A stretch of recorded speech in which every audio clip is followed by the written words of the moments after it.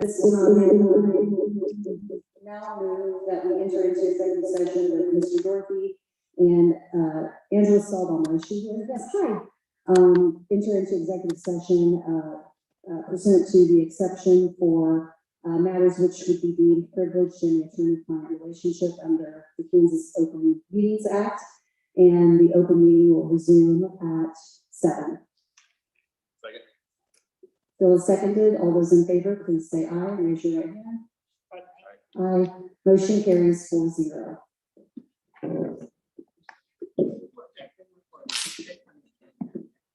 Yeah. And honestly, I don't mind standing. Yeah.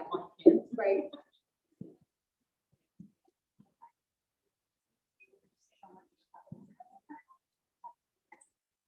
Not upstairs, no one brought my Dr. J. Bunch.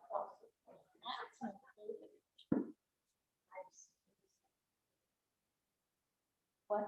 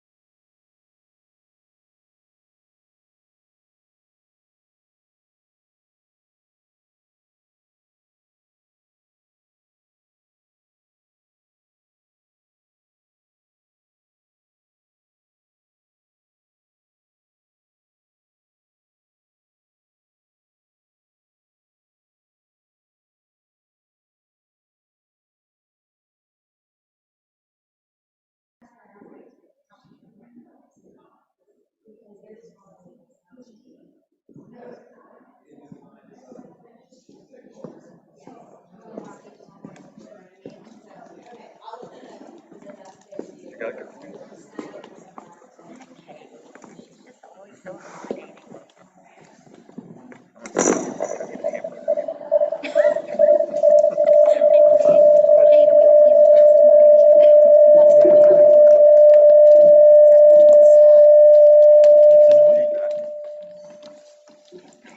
not standing here the whole time.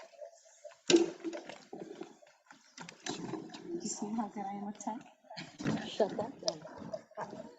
All right, we'll call this meeting back to order. At this time,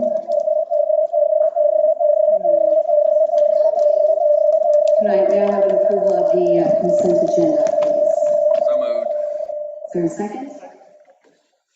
Phil has moved and Tony has seconded. Sorry, I'm writing that down. Since we need to turn that. All those in favor, please say aye. Raise your right hand. Aye. Motion carries 5-0. At this time, we'll do recognitions. Our first one is Lisa Patrick. And just to give a little information about this moment of recognition, this is for the 21-22 McKinney-Vento Children and Youth Homeless Grants Program grant awardee. That is a mouthful, so would like the opportunity to let everybody know what Lisa did to secure this grant. She was the lead on, Lisa's our district nurse. She was also the lead on this particular grant application process. And this grant, from my understanding, and Jana and or Lisa, please feel free to pipe up and correct me if I'm wrong, but when I was going back and looking, $13,400 awarded to our district, and again, from the McKinney-Vento Children and Youth Homeless Grants Program. And that is specific for outreach for children who are homeless or have homeless situations. And so some different scenarios can qualify for that, certainly. But those funds can be used for, extra transportation needs, which becomes a bit more of a challenge in those situations. School supplies, staff training to be able to engage with those situations appropriately. So this is a really huge deal for our district, and Lisa, we wanted to recognize you for that, writing that grant, taking the time to do that. In addition to your role as district nurse, it's not as though you've had free time, and so we really appreciate that. And so. The Baldwin City Board of Education of USD 348 supports and promotes excellence in all school activities. On this day, September 20th, 2021, the Board of Education recognizes and congratulates Lisa Patrick for the 21-22 McKinney-Vento Children and Youth Homeless Grant Program on behalf of our district. Please join me in giving Lisa a round of applause.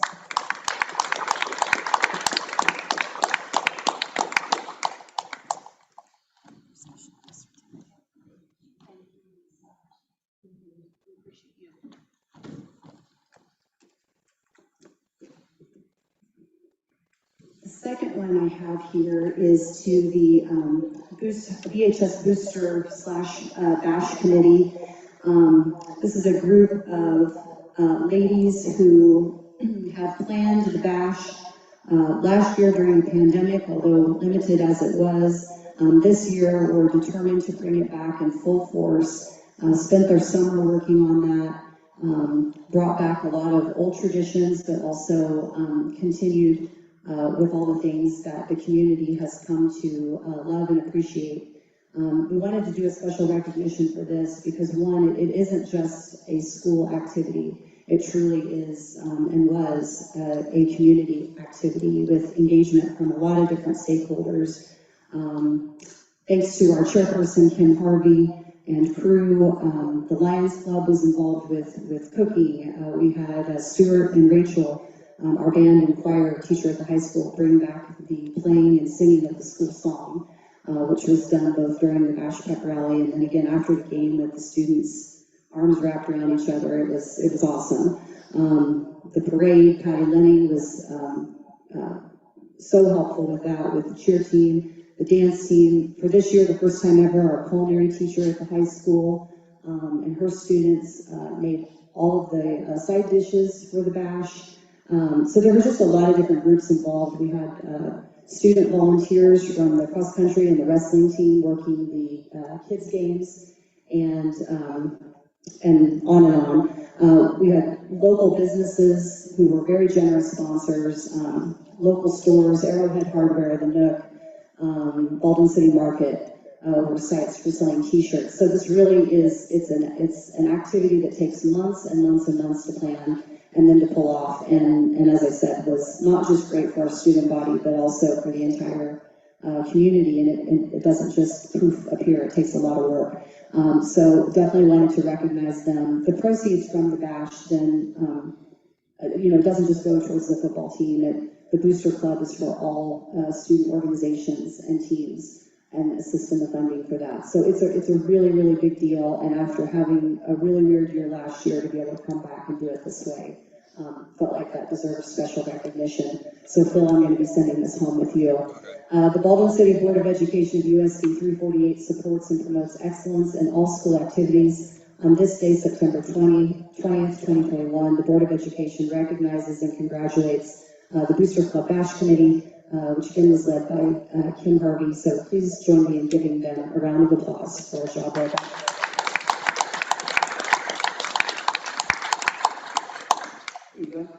All right, and next we have our educational program highlight moment.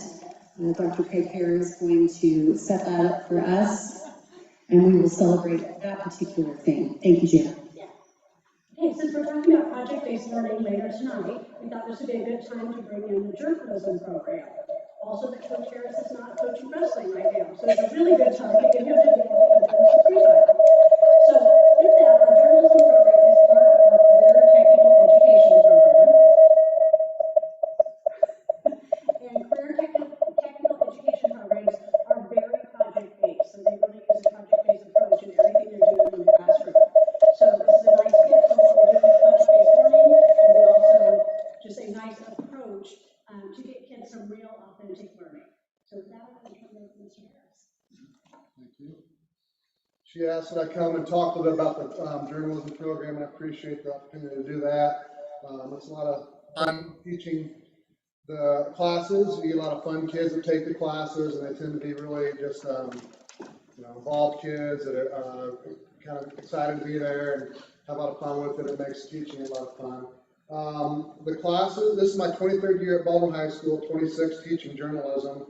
And our classes at Baldwin High School we currently have a digital media newspaper, a yearbook class, 2 of those, journalism essentials class, AV media fundamentals, broadcast media, and leadership in broadcast. And these classes have grown over the years. I first came here and there was 2 journalism classes, and then that kind of grew, and a few more, and a few more, and a few more, and then now it's a full class load. A lot more students involved and courses offered, and they all kind of represent a real variety of angles for journalism. So we've had some really cool stories of alumni, and I had a few that I noted, but there's a lot more I'm going to forget. I've been here for 20 years, a long time, and I was trying to remember some of the cool things we've had. I know I've had most students take the class just for something fun to do while in high school, but some take it and actually decide they want to pursue it. And that's our job in any area in the school, is to kind of create a foundation for students to do that, that choose to do that. And I know we've had students at Baker, Emporia State, Wichita State, KU, K-State, Boston University, and that were journalism majors there, and plenty more. One student, Russell Plume, became editor of the newspaper at Boston University, and he would keep in touch. When he came back to town, would bring copies of his newspaper. One student, Titus Smith, worked at ESPN. He made graphics on social media for his job. He was more of an art angle, but he ended up doing this job. But he just moved back to Baldwin recently, but did that for many years. And he'd send me stuff that he'd made. It's pretty cool to see his stuff on ESPN social media sites. Jessica Gomez went to KU. She's currently she's a military wife, so she's raising the kids. But she was a journalism major at KU, and I have kids do a stream book of their stories they write, and they're like, "Why do we do this?" And most kids don't even take this home through the year, but she did. And she said she was on campus and saw an ad for a KU Jayhawk TV station, new scriptwriter, and so she was going to apply for it. So she got up to that morning to go to the interview, and she just happened to have that string book sitting on the shelf at, in her dorm room. And thought nothing of it, didn't even know why she still had it, kind of just kind of threw it there with all her other books and school stuff. It was sitting there forever untouched. She's walking out the door, just happens to grab it for whatever reason. So I'll just take this, and goes there to the interview, and she ends up during the interview presenting that to them. Here's the stuff I did in high school. And she told me that when she got the position, they told her that, you know, you came in, you did an interview, but a lot of kids have interviews, but you have a string book that showed all the stuff you did in high school. So that was what got her that position. Ended up being something she did for several years, did an internship in Australia for a semester because of that connection. And so she was just saying it was a really cool experience. She kind of said, that dumb string book you had us do led me to a lot of cool things. And so that was kind of a cool story she shared. Amanda Davis, she was Amanda Helm. She became Amanda Davis when she got married. She was a journalism teacher at Washington Journal for several years now. I think she teaches elementary in Lawrence, but she was one of my main editors. And Daniel Musgrave he's had a lot of things published in magazines and literary publications. Jimmy Gillespie was my very first state sports writing place winner. He then became like the Baldwin City Signal reporter, doing everything. He would go to state wrestling and sleep on the floor of our coach's room, just so he could go there and be there the whole weekend and report on it and do pictures and all that kind of stuff. He was great. He left and the Signal closed down, and then he went to Illinois, I think, and he ended up in Stillwater for a long time working for their Stillwater Press News, and he was covering from the state university sports and went to NCAA tournament games and football bowl games and had a blast. And he recently just moved back. He's now started his own business. It's a Kansas City Preps sports website. He was at the BIT cross country race covering that. He's just starting this thing up. So he was another student who's done some pretty cool things with journalism as well. Our class produces a monthly news magazine, a print news magazine. We have an online newspaper, we have social media sites, and just about every social media there is. And we have an annual yearbook we produce. We also have a YouTube channel. And our social media, we have Instagram, Snapchat, Twitter, Facebook, and kids know how to do all that stuff way more so than me. And I always tell them, I said, you kids, years ago, this thing called Facebook came out, and you kids are on it. And us adults are like, what's this evil thing kids are doing called Facebook? And so we kind of would creep into Facebook, and then we kind of took it over. And you guys ran and went to Instagram, and we creeped into that now. And we went to Twitter, and we followed you there too. You can't run from us. But so now adults on social media too. It used to be just a kids thing, but there's a lot of followers we have there. That's really an important way the information gets out because it's quick and short and quick way to get to people. And so our classes are kind of individually planned, but there's a lot of overlap. Classes do other things for other classes all the time. And sometimes as a yearbook editor, can only fit it into a class to be in a 6-hour class, for instance, and that's a different, that happens a lot too. So there's definitely a lot of overlap. Some of the skills we do and cover, I always have the students learn about the legalities and the law involved with journalism, court cases that involve students and schools, and I want to know this stuff, and they memorize the First Amendment, and they stand in front of the class and they recite it, and they always, when I first tell them they're going to do that, they're like, what, I can't do that. You guys memorize songs way longer than this 45 words, and so you can do that. So we all do it. Realize it's not so hard. And I tell them everybody knows the First Amendment, but do they really? Have they really memorized it? They know what it says, and they studied it, analyzed it. And I think that's a really important thing that we do every single year. They do AP style book quizzes, and that's something that Jessica also told me. She goes, at KU, the professor expects them to have known this stuff, and there's kids that come from schools that didn't. She really appreciated that they did these things, the AP style book, and so she told me to keep doing that because that's really helpful for kids that go into college. I have them review weekly articles just so one, they can be aware of current events, but also see how news is presented, see how it's formatted, created, and that's changed in a major way over the years since I've been teaching. And there's technology things that kids, like I'm up there talking about something, and they're like, yeah, we know this already. I'm like, okay, I was just, thought I was teaching something, I guess not, but they're really ahead of the game on technology stuff, and so that's definitely how it's changed since I first started teaching. And good and bad, but it's definitely different, and my responsibility goes along with that. I think it's important for our students to be exposed to and handle and take on. We have guest presenters in our classroom a lot. We have Baker students come to our class and critique the newspaper in front of the staff, and that's really helpful. Peter Balkowski is a Katie professor that comes down, presents to our class. Steve Rottinghouse, who worked with Baker and now at KU, lives in Baldwin, so he comes through town, and he and I always communicate, and he'll pop in and present to my class. And share whatever is going on and stuff. So anytime I get to know the students too, sometimes we'll see him at the workshops and he'll talk to the Baldwin kids because he knows them. Very much kind of a Baldwin person. But, and then the student editors is a big part of the program because those students, they're also, they're very, they're leaders, they're very involved kids. I rely on them a lot. And I tell them it's really cool to have that kind of thing on your resume as you're applying for scholarships or things like that. It can really help you if you're an officer in a club or a team captain on a sports team or editor and a staff. And so it helps you, you know, as you're going on past high school. And so that's a big part of the program as well. I think the leadership aspect of that. So that's some of the stuff we do and have fun with it. And I think it's important. It can serve a community need, and that's hard to do sometimes with school or classes. We do something the community really can rely on, and so that's what I try to stress to them too. Is that what you're doing is it's actually not just an assignment for class. You know, it's something you're really, what our students are doing is out there for everyone to see at any time, 24/7, all around the world, because it's on the internet. So. Thank you very much. Thank you. Thank you, Mr. Harris. Yes.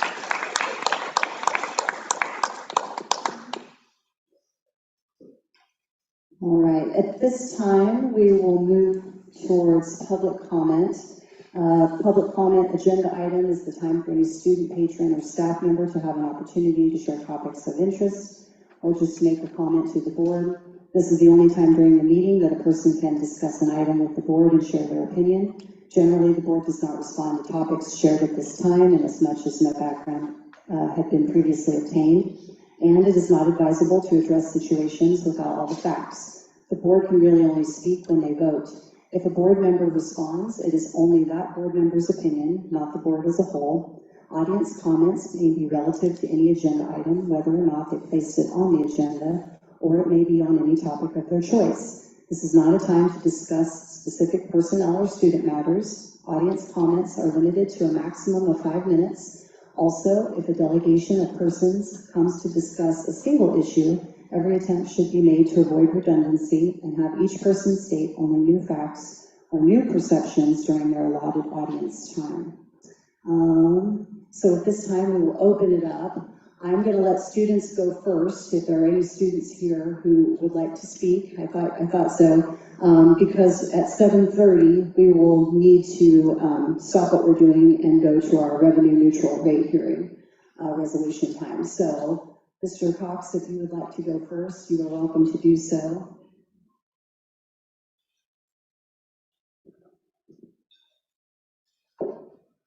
Good evening, Ms. Kelly, Mr. Dorothy, and members of the school board. My name is Camden Cox, and I want to start out tonight by thanking you for the way you've handled the school year so far. I think it has moved very smoothly, and I hope it continues that way. I would like to talk to you tonight about an issue I have seen recently, and I think is important to address. I am out at the high school soccer field every day, and I have noticed that the field is kind of falling apart. The field itself probably won't last another 5 years. The sheds out at the field are falling apart, and there are tires all over the place, and the track equipment is either falling apart or covered in weeds. I also know that you guys are paying Baker for the nights, or for Friday nights to play at Baker, or at Liston for like school athletics and football games and stuff. And I think it's time we build a high school stadium for school athletics. I think we need to put in a turf field with lights, nice seating, and a track around it, along with locker rooms down below the seating. The track we have around the field out here is not in like proper guidelines with like league and everything. It's only 6 lanes and we're supposed to have 8. And and I'm also worried that when Baker remodels their stadium that we're not going to be allowed to use that complex anymore. This would save quite a bit of money, I think, since we won't be paying Baker so much for the rights to their stadium.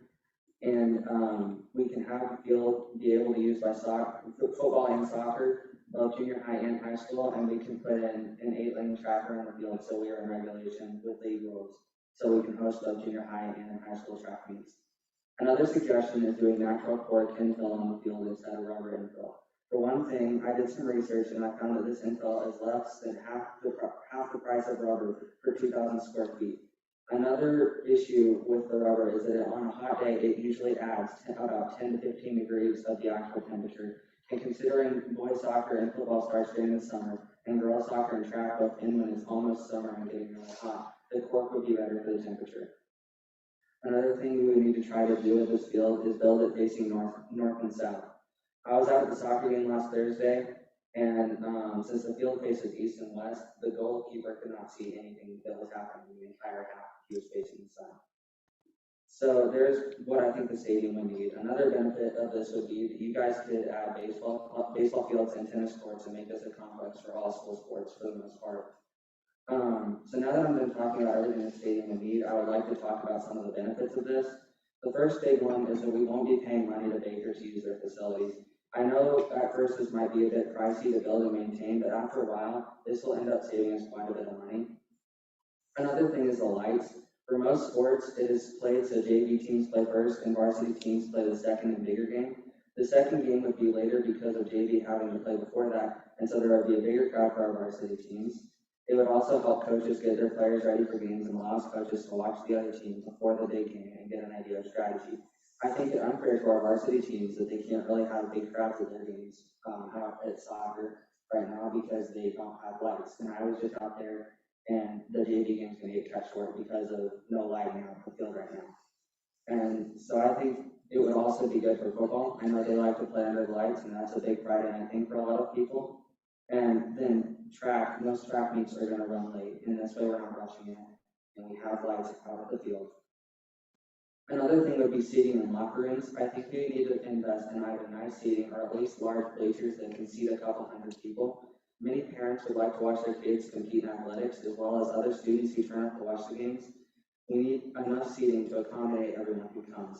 And then we need locker rooms somewhere in the complex for teams to use to get ready for the game, for team meetings during the games, away from the noise of crowds, and then a place to meet and calm back down or celebrate after a game. The last thing would be the schools to control and regulate what happens to the stadium. I know last year during the junior high track meet in Baldwin, and I'm assuming the high school meet as well, Baker would not allow parents of other schools to come and watch their students compete. And I think that we should have the right to choose who's allowed into these events and everything. I know this would be a big investment, but if we start some fundraisers at the school to raise money and then start getting moved into the stadium and we were able to quit paying Baker for their stadium, we could build it, and I definitely believe it is an option we should look into. I thank you for your time, and I hope you will consider this proposal. Thanks, Camden. Who would like to go next?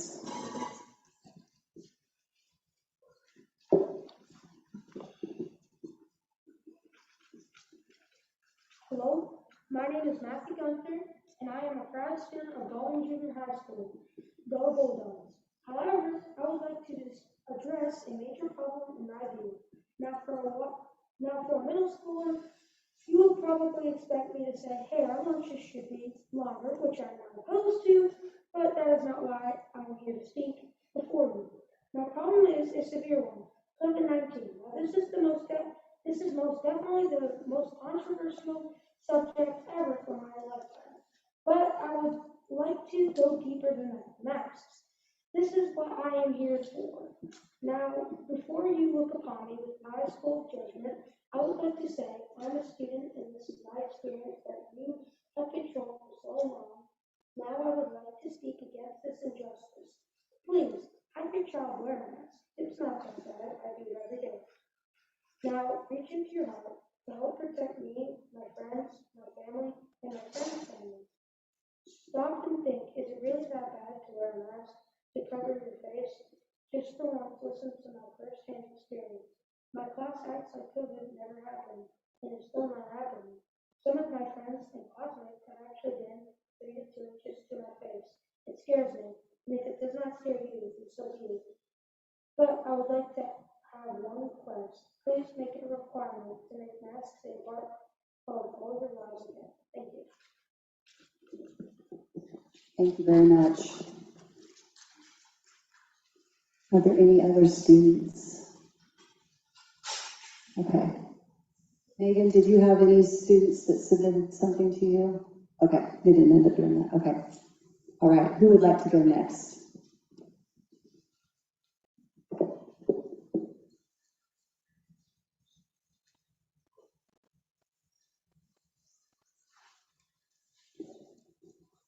Good evening. My name is Daniel Martin.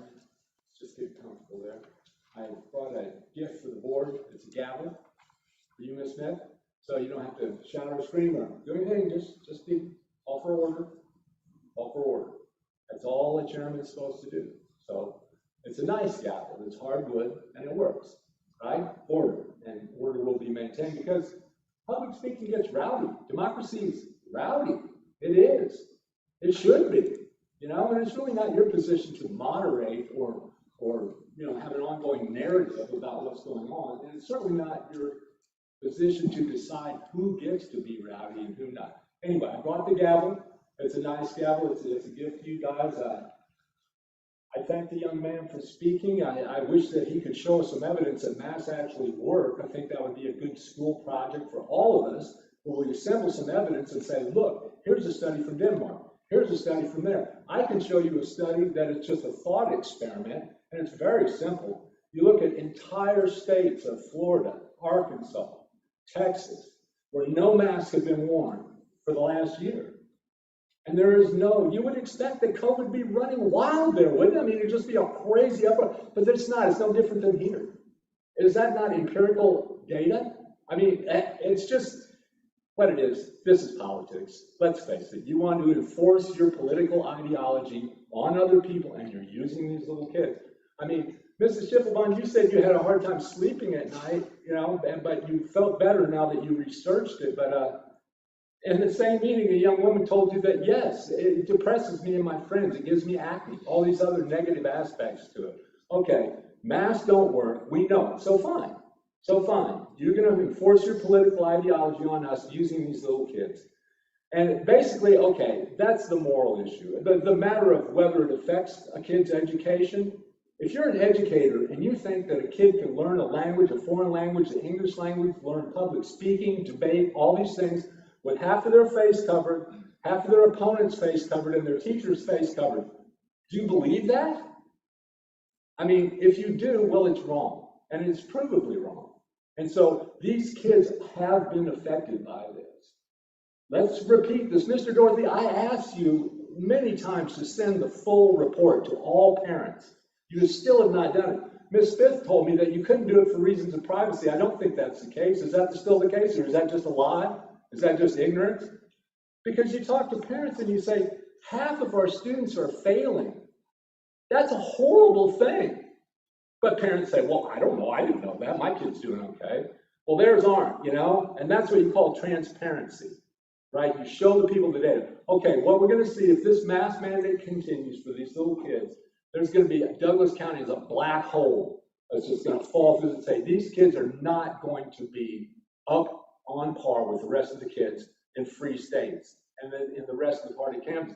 The data is coming in now. In another month, you'll be able to see kids in Kansas. They're going to be fine, emotionally steady, academically on course, where our kids are failing. And 37% of them fit the profile for major depression. Did you catch that, Ms. Schiffelbein? That's what masks do. 37% have major depression. Suicide rates are through the roof. Anyway, that's the moral aspect of it. And I think it's morally wrong for you to impose your ideology on other people who do not agree with you using these little kids. And the vaccines will be next. Within 2 or 3 months, they're going to be coming with these little kids with the vaccines. The masks are the beta wave, the alpha wave is coming. This is, anybody in military intelligence will tell you this. Ask anybody you know in the military. This is the plot, it's the plan. Whatever. The law, I'm trying to figure out where we are here on the law. I remember a vote where we voted 6-1 to go back to 2019 protocol.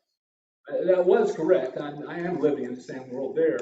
And what happened after that, I can't quite figure, but I guess the other votes were to amend this somehow.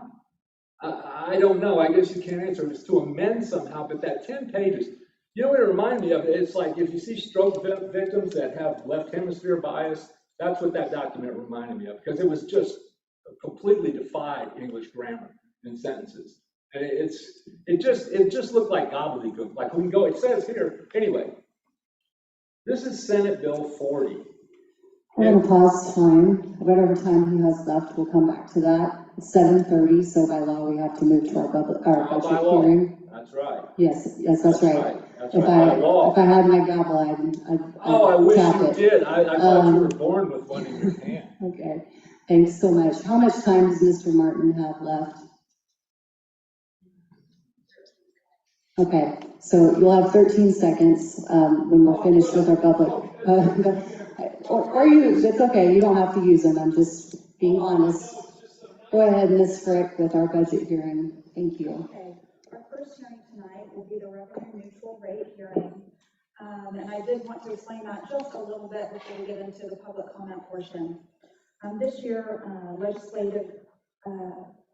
legislators passed a new bill that requires us and any government entity to publish a notice that says it reports how much our tax levy, or actual tax levies were for last year and the actual tax rate compared to what we're looking at assessing this year. I think the purpose is that taxpayers know or can more readily identify that if we're assessing the same amount of mills and their assessed valuation went up, that they're still paying more taxes because of that. And it will be a little bit more transparent next year when the county goes ahead and sends some postcards, I think is what they're doing out to folks. And my understanding on that is that it would show the person's individual, how it applies to them and their taxes. And this year it was just published on the county website, also in the Lawrence Journal World with our regular budget and posted on our website. And so I believe we need to go ahead and allow public comment for the revenue neutral hearing.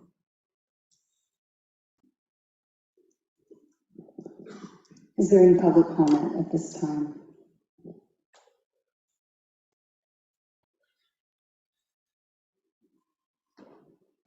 Well, thank you for that overview, because that's helpful. So this is a new thing for everybody. So I guess I have a question for you, because I picked up one of these sheets that shows 19, 20, 20, 21, and 21, 22. It seems that the information here is somewhat different than what I had gotten off of a public government website about the change from the neutral revenue rate from last year to this year. So I guess I'd like to ask for clarification first. Is that okay? Can I do that? Maybe that's you. Huh? This is You're published on the same page. The code 99 is on the same page. So I'll share with you the information I have on 3 of the line items. Bond and interest for number 1, I had the revenue neutral rate of 13.998, and that the proposed rate was 14.997. So I guess I need clarification if that's correct or not. And then the capital outlay of 7.446 was the neutral revenue rate for last year, and then it was 7.997, again an increase for the proposed rate for this year. And then the supplemental general LOB for last year, the revenue neutral rate of 13.316, and the proposed rate for this current school year of 14.265. So all of those are increases, and I'm not going to address the general because I understand that's something that was perhaps mandated that you have to do at a certain rate. So there might be some room for clarification. So if what I just said to you is correct, there's increases in 3 areas that you're proposing. Okay, so that leads me to a question that I'd like for the board to be able to answer. And my question is, what is the dollar amount of unencumbered funds available for discretionary use? If it's true that you're needing more money for different things this coming year, that's my question, okay? I'll repeat it. What is the dollar amount of unencumbered funds available for discretionary use. If you believe increase these rates are necessary for your functions within the school system, then I urge you to use these unencumbered funds to offset your proposed increases. Okay, that would be my question. And then my final comment is that if there are increases, which my document shows that there will be, but I could have misinformation, but if it's correct that there are increases in the tax proposed rate, the tax proposal rate, then I would just like to reiterate that any board member that votes for proposed increases above the 2020 revenue neutral rate is voting to allow for a property tax increase. Okay, and that's all my comments. Thank you. Thank you.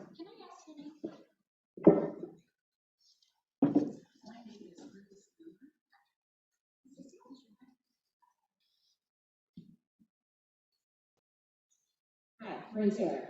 Okay, quick question on this increase. From what I see on this, again, I know you guys are going to talk about this, so my question involves enrollment and how that will play into a factor of increasing budget. And if enrollment is down, which I believe it is, how then are we asking for more or millions of dollars, or at least hundreds of thousands of dollars more if enrollment is down? It's just kind of maybe a general, maybe point to what we're going to be doing different because we have actually less students in the building, while we need more funds. That's it. Thank you.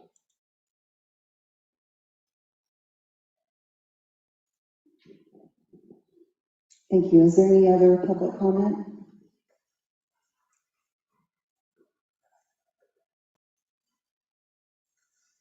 Okay. Oh, we have one comment. Yes. This is specific to The yes, at this time. Okay. Go ahead, Cindy.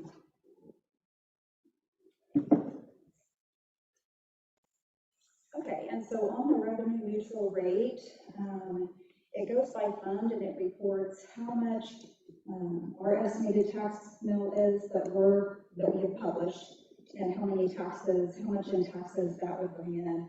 Because of our LOB, fluctuating down a couple mils this 1.8 mils this year, we'll only be assessing about $7,000 more in the taxes than we did last year.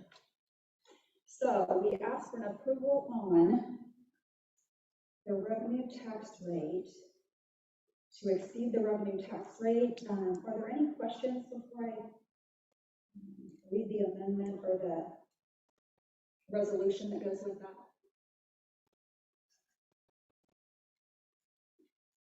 Okay, so here we go. Whereas 2021 Senate Bill 13 and Senate Sub for House Bill 2104 provides that a levy of property taxes to finance the 2021-22 budget of the USD 348 exceeds the revenue neutral rate to finance the 21-22 budget of USD 348 be resolved by a resolution.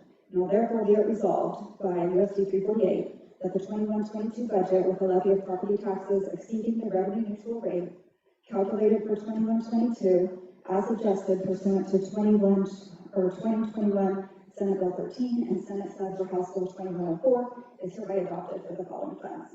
And the way they list it in their documentation is the general fund, the capital outlay fund, and other funds, which includes supplemental and bond interest. And if we could get a motion on that.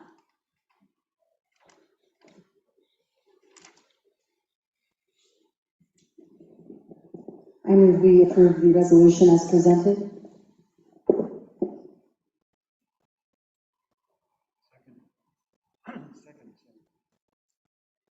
It's been moved and seconded. Sorry. Moved and seconded. All those in favor, please say aye and raise your right hand. Aye. Aye. All those opposed? Motion carries, actually, 1, 2, 3, 4. Yeah, motion carries 4-1.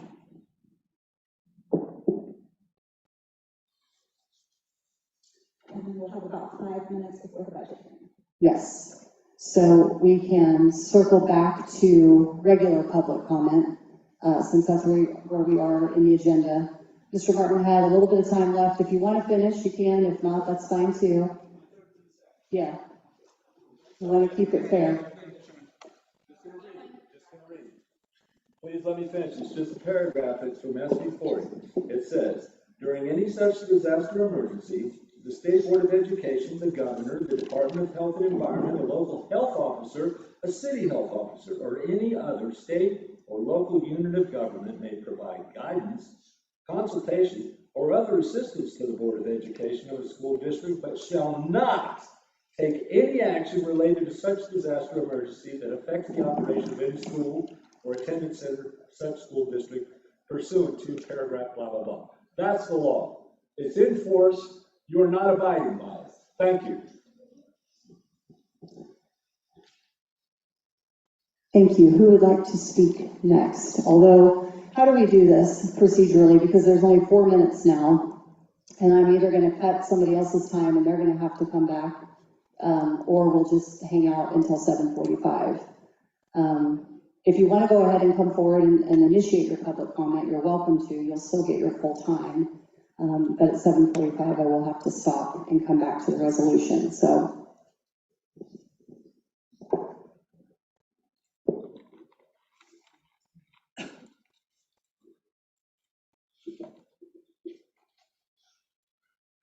Well, I guess I'm just a little surprised that I asked a question that wasn't answered about the budget, and that then you went to vote. So will I get an answer to my question? And if so, when will that be?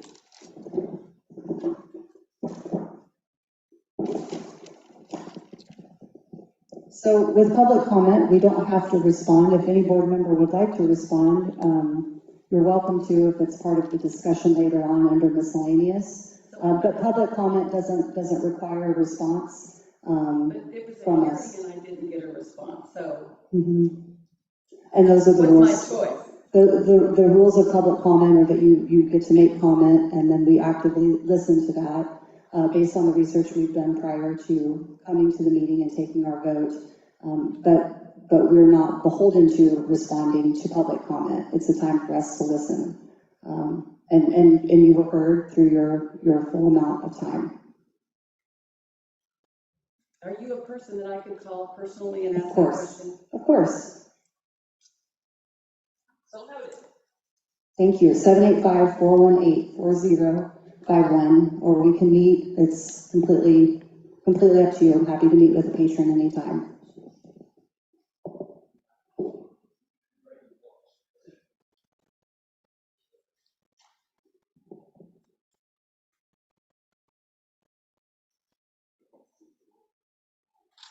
So we have 2 minutes until the next portion begins.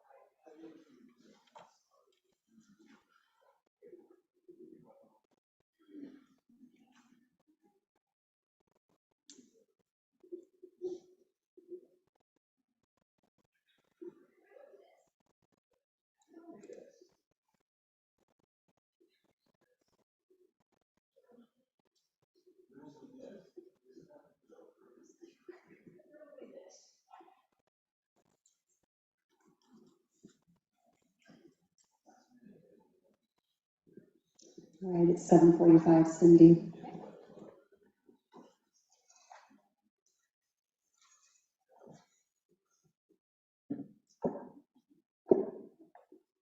Okay, now for the regular budget hearing for 21-22. As we published the mill levies, we were similar to last year in all areas except, again, the LOB, which keeps fluctuating on us. and so we're actually down about 1.87 mils.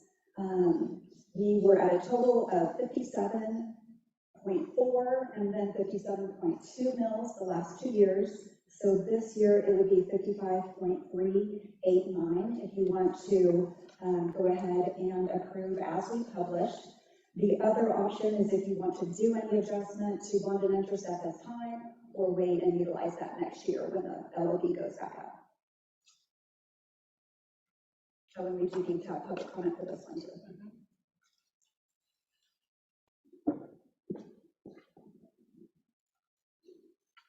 So public comment on this portion of the budget hearing is available at this time.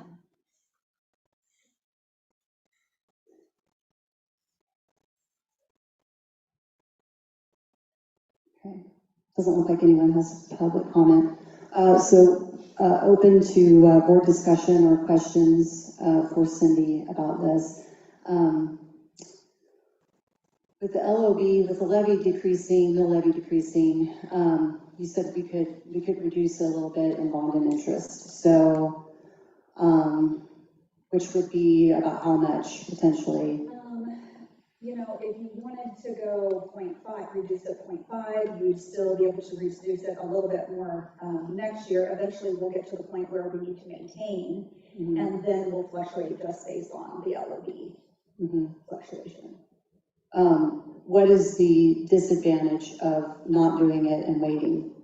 Or what's the advantage, excuse me? It really just depends on if you want to try to keep the mill levy more consistent, because taxpayers always have concerns when it jumps up and down. We've been lucky to have the ability to keep it pretty consistent for the last few years. When we go down to the wire, then it just is more responsive to changes every year. But we can do that. It's really up to the board which way you want to go with that. We can do it either way.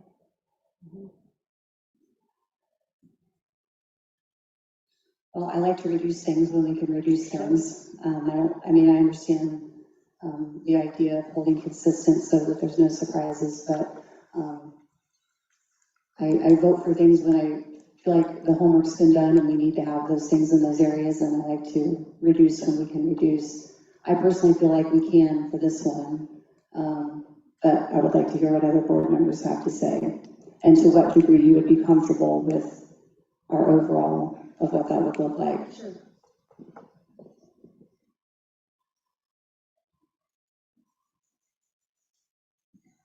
I would agree.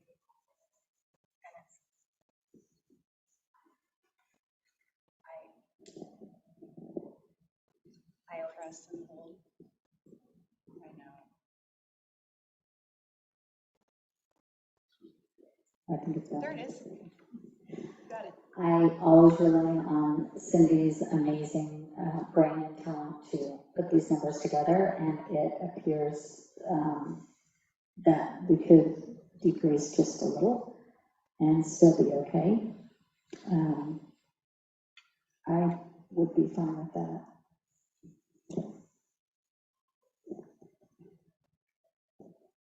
Other thoughts?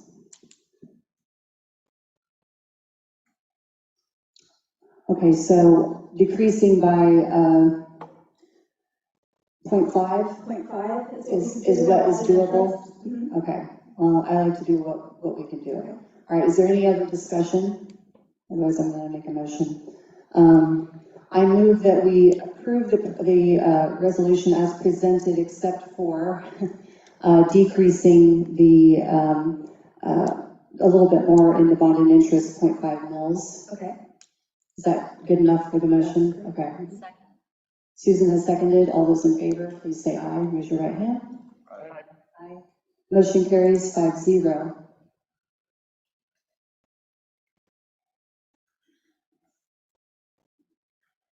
Okay. And patrons can always contact me at the district office as well for any budget questions throughout the year or at budget time. Absolutely. Thanks, Cindy. All right, kind of jumping around our public comment time. When we have, let's see, what else? Do we have yes, you're here. And what time did we tell you? Okay. Okay, let's go back to, let's return to public comment, because I don't think there are too many more, just by virtue of the fact that people are here, and that way you don't have to wait until the end of the meeting. If anyone else would like to make public comment, in general, it doesn't have to be about any particular topic per our current policy. Yes. Yeah, since that one isn't at the time, yeah. Okay, go ahead. Marie Taylor. So I guess I wasn't planning on talking tonight, so I'll be all over the place. So I guess I'd like to ask for some clarification. Do you, as the board, believe that you cannot or that you must comply with the county mask mandate, which requires children ages 2 to 11 to wear face covering because of an issue with the insurance? Is my question that I'm seeking clarification on, trying to figure out where we are, what's the mask situation. It has not gone away, it's not changed. As far as I know, the Douglas County has not changed their mandate. We haven't changed ours as a district, so I'm just asking clarification as to what that spot is. Where are we? Where do we pivot? Where your rock that you're standing on? And my understanding, please clarify for me and for everyone, that this is an infectious disease clause part of the insurance, I believe. Possibly, maybe not, and they won't cover the district for insurance. Is that correct? So just maybe, if that is the case, clarify, and I would like to see that clause, that part that's, I think it's a 200-page document, if you could point me in the right direction.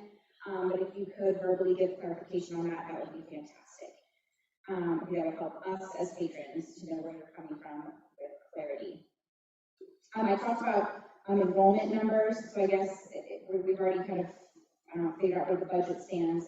I do wonder if there's a way that we could update enrollment numbers so that the public knows where we are, what has changed since the mask mandate, how many enrollment numbers were lost or possibly gained, people feel more comfortable. I don't, obviously, so didn't know where we are on that and how it's affected our district. If we have maybe a right, or it might make sense for us to know what has happened since then. And then I'd like to discuss the defining of close contact. I believe that's on our agenda also. So I'd like to ask that you remove the wording differentiating vaccinated versus non-vaccinated, as it's been proved and even discussed on this stage that there is no distinction in transmission of those vaccinated versus unvaccinated. I know that it's up for discussion, it's been redlined, it's been agenda item added. So I think you're voting or discussing today, so here's your opportunity to not break KSSE 159, Proviso 59 and 60. If you've not researched that, give it a shot for the unvaccinated versus unvaccinated wording. Thank you. Thank you. Would anyone else like to speak?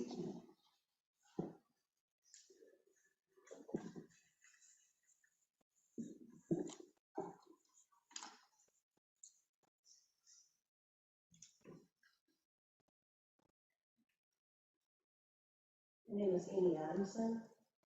Thank you for the platform. Webster's dictionary definition of truth is the body of real things, events, and facts, actuality. State of being the case, fact, a transcendent, fundamental, or spiritual reality, an idea that is true, a statement of being in accord with fact or reality. From an article titled The Purpose of Education, I quote, "Education must also train one for quick, resolute, and effective thinking. To think incisively, to think for oneself is very difficult. We're prone to let our mental life become invaded by legions of half-truths, prejudices, and propaganda. At this point, I often wonder whether or not education is fulfilling its purpose. A great majority of the so-called educated people do not think logically and scientifically. The press, the classroom, the platform, and the pulpit in many instances do not give us objective and unbiased truths. To save man from the mores of propaganda, in my opinion, is one of the chief aims of education. Education must enable one to sift and weigh evidence to discern true from false, the real from the unreal, and the facts from the fiction." Dr. Martin Luther King Jr. wrote these words in 1947, 74 years ago. It could have been written today. We as a community, as parents, as educators, should be the example of how to sift through evidence to discern facts from fiction. The negative discord taking place in our country is purposefully perpetuating the divide for an agenda of which an appalling number of citizens are still oblivious. We must put a stop to it, or the result is divided we fall. We as Americans are supposed to be on the side of freedom. Freedom is defined as the quality or state of being free, such as the absence of coercion or constraint in choice or action, liberation from slavery or from the power of another. As Americans, we're for accountability, justice, truth, individual liberty, bravery, and independence. Our independence and freedoms are what allow us to make choices, and it's with accountability that we accept the choices or the consequences of the choices we make. Taking away any freedom to choose is a very slippery slope. You cannot make illogical logical. The decisions being made for our children cannot be based on opinions or feelings. Please do the research. Look at all the angles. I, like most, am exhausted by this division, but I refuse to give up the hope for a better day. We hold the power to change the conversation. We must stop pointing the finger of blame and reset ourselves with an attitude of, if it's to be, it's up to me. We must, each of us as individuals, be willing to talk the talk and walk the walk. Everyone here, everyone, ask yourself these things. Am I honest, really honest with myself and others? Am I fair? Do I help where I'm needed? Am I considerate and compassionate? Do I respect authority? Do I use my resources wisely? Do I show respect for myself and others through my words and actions? Am I doing all I can do today? Am I drinking plenty of water? Am I going outside to breathe fresh air? Am I eating real food? Am I moving my body? Am I the example for others to follow? You school board members, you are the lesser magistrate. It is your duty to act or refuse to act in situations where any higher authority abridges the rights of citizens or forces citizens into acts that would violate their rights or freedoms. This is your duty, even when facing personal penalties for your actions. Be bold, seek the truth, and set the example. Thank you. Thank you. Would anyone else like to speak? All right. We will go ahead and circle back to our financial report with Cindy Frick. This has to do with the Kansas Associations of School Boards gas settlement, which has been going on for some months. So thank you for bringing us up to speed on where it is now. Sure, it is final. And so to take everyone back, we had a February gas bill of $42,000. We initially paid $9,700, and KSB took the rest into legal situation with Cemetery, the gas company. That has now been completely resolved. And instead of paying the remaining balance of $32,000, we have the settlement waived $19,155. So our balance due is $13,497. So there's a couple things they want from us. They want us to sign an agreement that says this is final. We can't come back on Cemetery in any other capacity, that this is the final dollar amount. And with that, we will end services with Cemetery at the end of this month and start with a new partner through KSB on October 1st. And we'll make payment by September 30th as well. So it's just almost half the payment that we started with. And forgive me, can you remind me how we accounted for that didn't we place hold, Yes. as far as year-end stuff? So that was actually gonna be tied to last year's. Can you refresh my memory? I remember us talking about it. As of June 30th, we technically owed the full balance of $32,653. And so we moved the encumbrance to contingency fund. That's right. Which has about 600,000 in it. But now we're forced with the question, okay, but we're only paying 13,000 of that, and what do we do with the balance? And so I just wanted to run by you guys. If we leave it as it is, there would be, let's see, there would be 32,000, we're paying 13 is that amount, so there's going to be the settlement amount of 19,155 would remain as basically increased transfer, but increased money in the contingency fund. Now, in 21-22, I can't directly transfer it back to general fund because that's not an option. What I can do is transfer it back to something like SPED or supplemental or something where we're paying out lots of money this year, and it will basically offset what we would have paid through general fund. So if that makes sense, if you guys want to let me know, our two options are to leave the unencumbered balance of the 19,000 in contingency, and that balance would go up by 19,000. You guys know how tight our budget is. So the other option, two, would be to go ahead and transfer it into a fund that we're paying tons of money into this year, like SPED. Do you have a preference? I do have a preference. Would you let us know what your preference? I think I know. Unfortunately, option two, since we don't have money to set in accounts right now. Correct. Okay. Board members, do you have additional questions about this?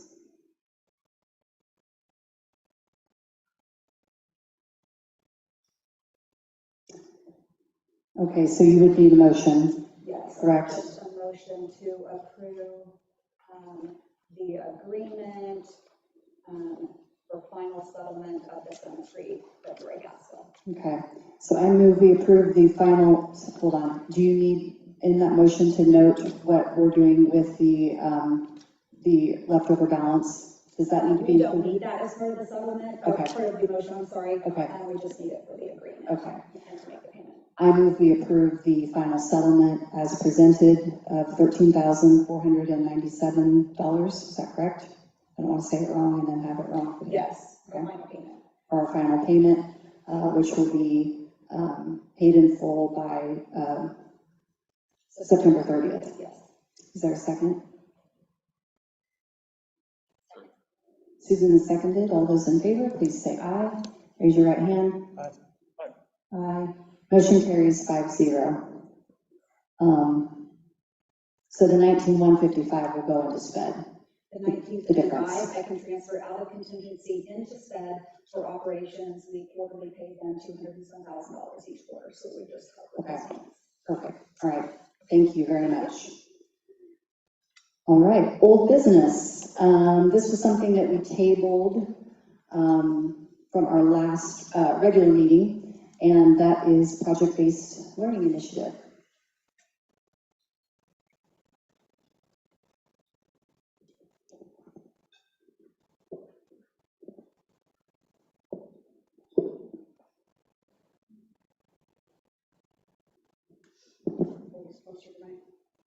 Computer screen, my eyes are not that great.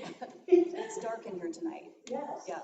Okay, so we were originally going to talk about this in August when we were meeting up at the high school. So I did prepare kind of a presentation slide deck. And since we don't really have that availability, it is posted in Word doc, so that's available out there. If anyone wants to look at it, if you want to go back to it. But I'll just kind of give a brief overview of the what, why, and how project-based learning, where we're at right now with everything. So the what is project-based learning, or PBL, as we sometimes call it, is it's a teaching method. So it's really an instructional strategy where instead of teaching a unit and then doing a project at the end, all of that instruction is embedded as part of the project. Much like how we work in our normal everyday lives, that we're learning about things as we're doing them. The knowledge and skills are gained through working through extended projects, so extended time period. We're responding to authentic and engaging, real complex questions, so solving things that are real to us in this world. And there's problem solving, communication, collaboration, planning, and then also that self-evaluation and reflection pieces as well. In the slide deck, I did kind of include a picture that shows what this might look like. So in traditional instruction, we might have our lecture, we have some activities, we take a little quiz, and we might do that again with the lecture activities and the quiz, and we get to the end and we do a culminating project.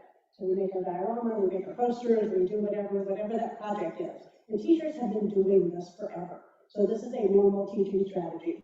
With project-based learning, we're suggesting that it is more of a kickoff, introduce the problem, what are we trying to solve here, get kids engaged in this learning piece, and then all those learning activities are kind of embedded together. So we're having that discussion, we're having the lecture, more just-in-time learning. So, hey, I don't know about that, let's look that up.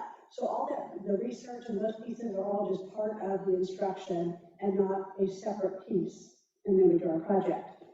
There are benchmark indicators, because as I indicated, this is a long-term project, so it might be 2 or 3 weeks, and sometimes we need that help and that support to know what this looks like when we get to certain levels. So we don't want just to turn kids loose and say, hey, in 3 weeks you're going to turn this in, because we haven't been taught that sometimes as students. So we want to have some little benchmark check-ins. So this is where you should be at this time. These are the activities you should have done. Now, what does this look like? Let's reflect on this. How can we make this better? And then we continue that cycle until we get to the end. And the end is more of a public performance. And the idea is that kids are getting feedback from someone other than their teacher. So that's the public performance, the public feedback. That's what makes it more real to us. And then at the end of that, then we reflect again. How can we make this better? How can we do something different next time? And how can we improve our performance on this?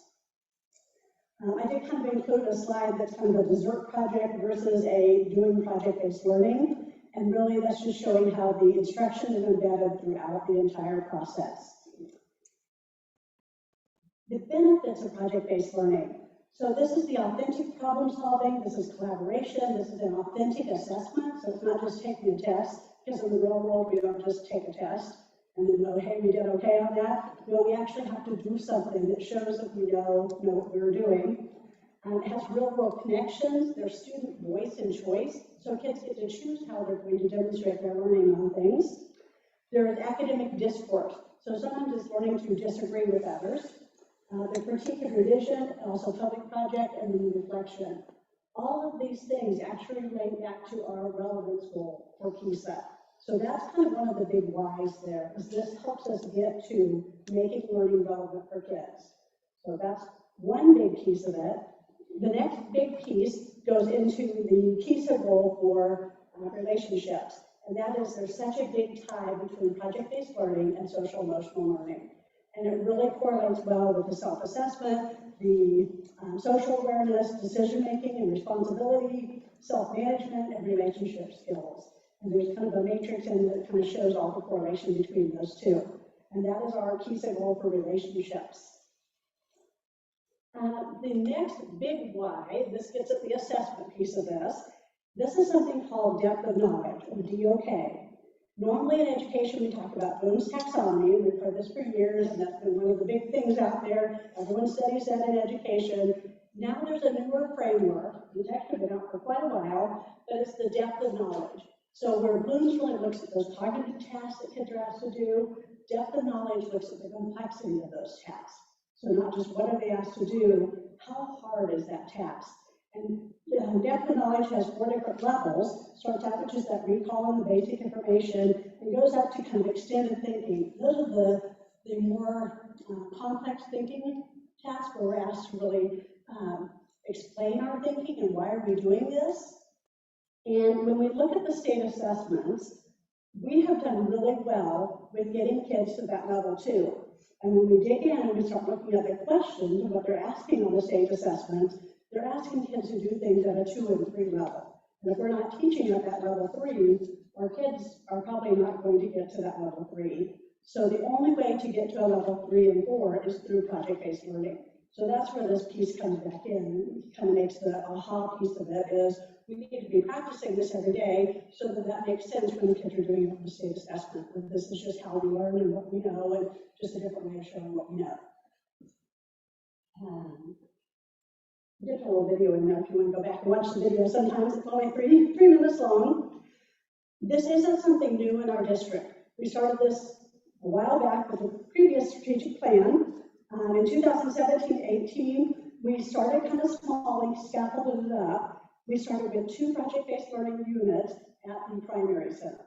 We gave them some resources with Defined Learning, which was Defined STEM at the time, trained them in how to do project-based learning, and kind of said, this is where we're going to go with it, and supported them through that process. Then the next year, I believe that was 2018-19, that was when Drew and I both came on for the curriculum department, and we said, we're expanding this up. The primary center is going to do 4 units now, so 4 project-based learning activities, and the intermediate center is going to come on and do 2 units. So just kind of adding that back up. We also created the Pbl Boot Camp. I thought that was a really good activity to get an expert involved. We've had some okay experiences with getting people to come in and train for our teachers. And we said, this isn't going to work. We need to train Drew to be an in-house expert, and then that in-house expert can come work with our teachers. So we did that piece of it, and that was in that second year of implementation. Then the third year of implementation, it rolled back up, and we had 4 units at the intermediate center and primary center, 2 units at the junior high, and COVID hit at that point. So we did what we could to finish that up, but then the next year, last year, we said, everybody just do 2 units. That was kind of our COVID year. Let's just get back into this. We still believe this is important, but let's try two project-based learning units. Now this year, we've gone back to our original plan. Everyone should be at 4 project-based learning units. And there is also an incentive there that the board negotiated with the teachers, and that is if they do those 4 units throughout this year, then they get the extra incentive pay that will come out of the ESSER 3 money. There is a criteria document, and there are 8 things that we're asking teachers to do as part of this. So with their 4 units, but in order to ensure that these are good project-based learning units, we've been working with the building principals and saying, this is what it should look like if they're really doing this. Then it should be instruction integrated. It should be driven by student inquiry. So there's a big question that kids are answering. It should focus on the product and the process. So not just that end product, but how are we getting there? It should be aligned to academic standards. It should involve collaboration with other students. It should have real-world context. It should have results of the project that are shared beyond the classroom. So kind of what Mr. Harris was talking about with journalism. And then finally, the Pbl unit should have some type of impact. So we should be able to measure the impact. That could be a social-emotional impact. That could be attendance. That could be learning the content, whatever that impact is, and the teacher can decide what that is.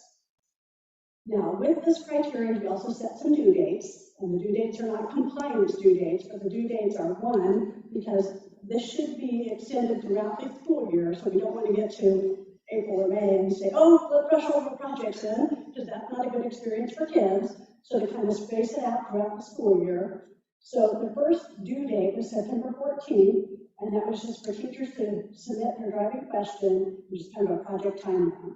That's really just to make sure everyone's on track and moving forward. It also gives us time to get with teachers to make sure they can be successful. Because this is something good for kids, but we want teachers to be successful in implementing this in the classroom. I think I was looking through everything. I think there may only be like a handful of teachers that have not submitted a driving question at this point. So that's pretty good. This will just be a handful that we'll be following up with. It could be that they're submitting something that's going to be later in the first quarter. But we did want to kind of stay on top of that to make sure that it is progressing and that everybody has a project plan. So that's what I have for project-based learning. Are there any questions about it?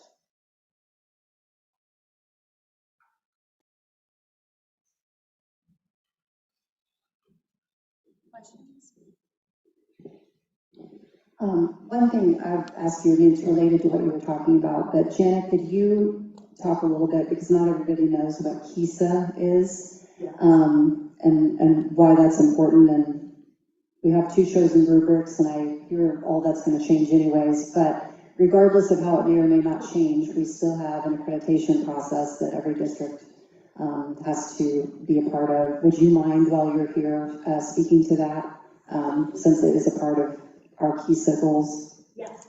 So KISA is the Kansas Educational Systems accreditation process.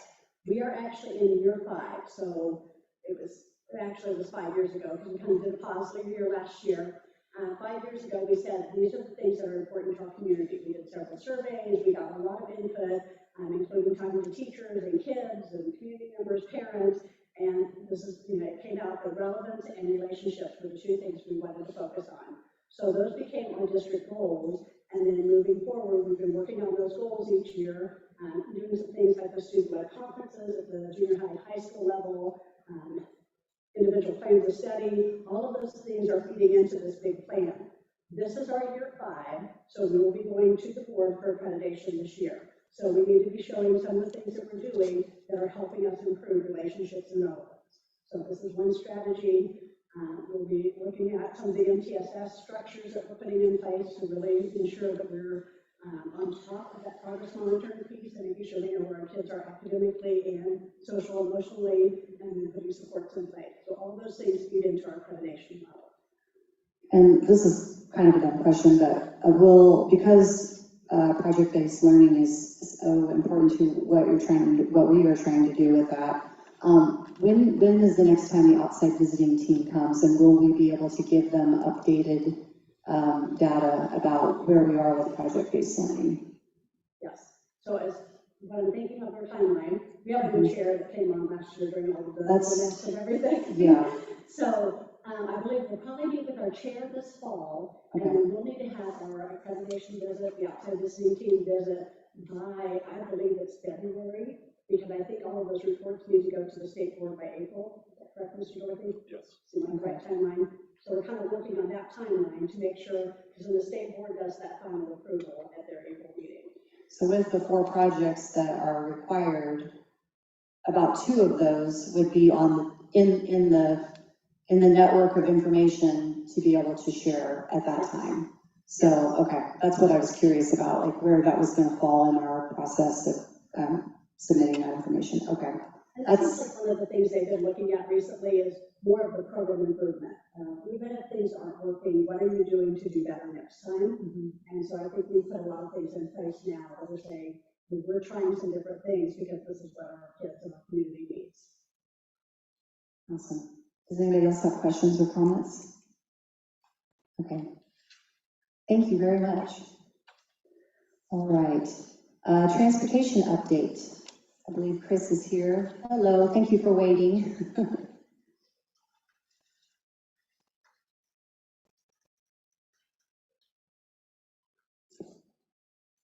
I'll make it quick. So real quick, I'm going to go back to August 10th and just a recap that we had our highway patrol inspection, and I want to emphasize that everything was satisfactory, as it has been for the last several years. So if you have a chance to congratulate our mechanic via email or phone call, I'm sure that would be greatly appreciated. It's kind of a behind the curtains gentleman, needs a little pat on the back every once in a while, some recognition. In regards to the beginning of the school year, just a recap. So to let you know that at the beginning of the school year, we did have a loss of 2 transportation or 2 CDL drivers. And then with that being said, we also had a loss of 1 car route driver. We did have some gains. We gained 1 transportation driver a couple weeks prior to school starting, which was very helpful. And then we had a gain of 2 car route drivers, 1 at the beginning of the school year and 1 recently within the last couple of weeks. Our current status, and this is all pending. I have 1 person currently taking the CDL test tomorrow, which means they have completed the knowledge test and they've completed the driver training course at our level, and they're taking the last phase of the test tomorrow. I have 1 individual recently who obtained their CDL permit, which means that they have completed the first phase of the test, and they are currently working on the hands-on training, which is the driver training at our level. And I have one individual that I recently called, submitted an application for the CDL driver position. So I do have a face-to-face meeting with that person scheduled on Wednesday. So, and then lastly, I have one individual who I had a face-to-face meeting with approximately 2 weeks ago, who I had a follow-up phone call today with them, and their plan is to take the first phase of the training tomorrow, therefore starting the knowledge test tomorrow. So that is currently where we're sitting. I understand that transportation, we have our ups and our downs. So the beginning of the year, we started with kind of some downs. But with what we currently have on hand, I'm optimistic. So myself and my team are remaining hopeful that we'll kind of come out of it and level back out again. So with that, do you have any questions? I just want to say, she said satisfactory on the inspection. We were highly satisfactory. The highway patrol was very pleased with our inspection of our vehicles. Anybody else have questions? Okay. Chris, thank you very much. Thank you. We appreciate you. All right, thanks for the update. Okay, facilities, I think we're going, oh, yep, there you are. You're a busy guy.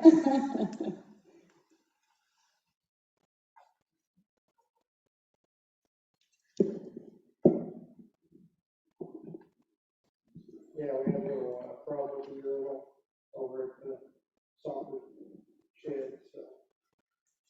But we got her stopped running. Really, I mean, I've been trying to keep you guys up to date on what we've been doing. As far as the bigger projects, I've kind of had a synopsis of those. Starting off with the parking lot at the IC. That's completed. We worked with Pbl out of St. Louis to get that completed. They put in the new grate last week. I think what we're waiting on now is, according to the final report, they need to restripe the handicap band markings. We had some waterproofing and weatherization at the IC in the high school. The IC was along the brick of the art room. The brick was removed, and new flashing was installed to allow the moisture between the interior cinder block wall and the brick facade to escape from the leaks in the flashing. I think in the last couple of heavy rains that we've had, we haven't had any leaking in the art room. We had the same thing done above some windows above the counselor's wing in the high school. New flashing was installed, and I don't think we've got any leaking above there yet that I saw during the last. We did have some leaking, but I think it was from other areas in that location.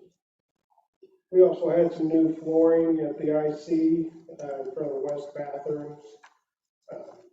We put in some LVT tile there because of some water damage to the old tiles, and that seems to be holding up really well. And then we put in carpet tile in the art room because that carpet was old and stained and needed to be replaced.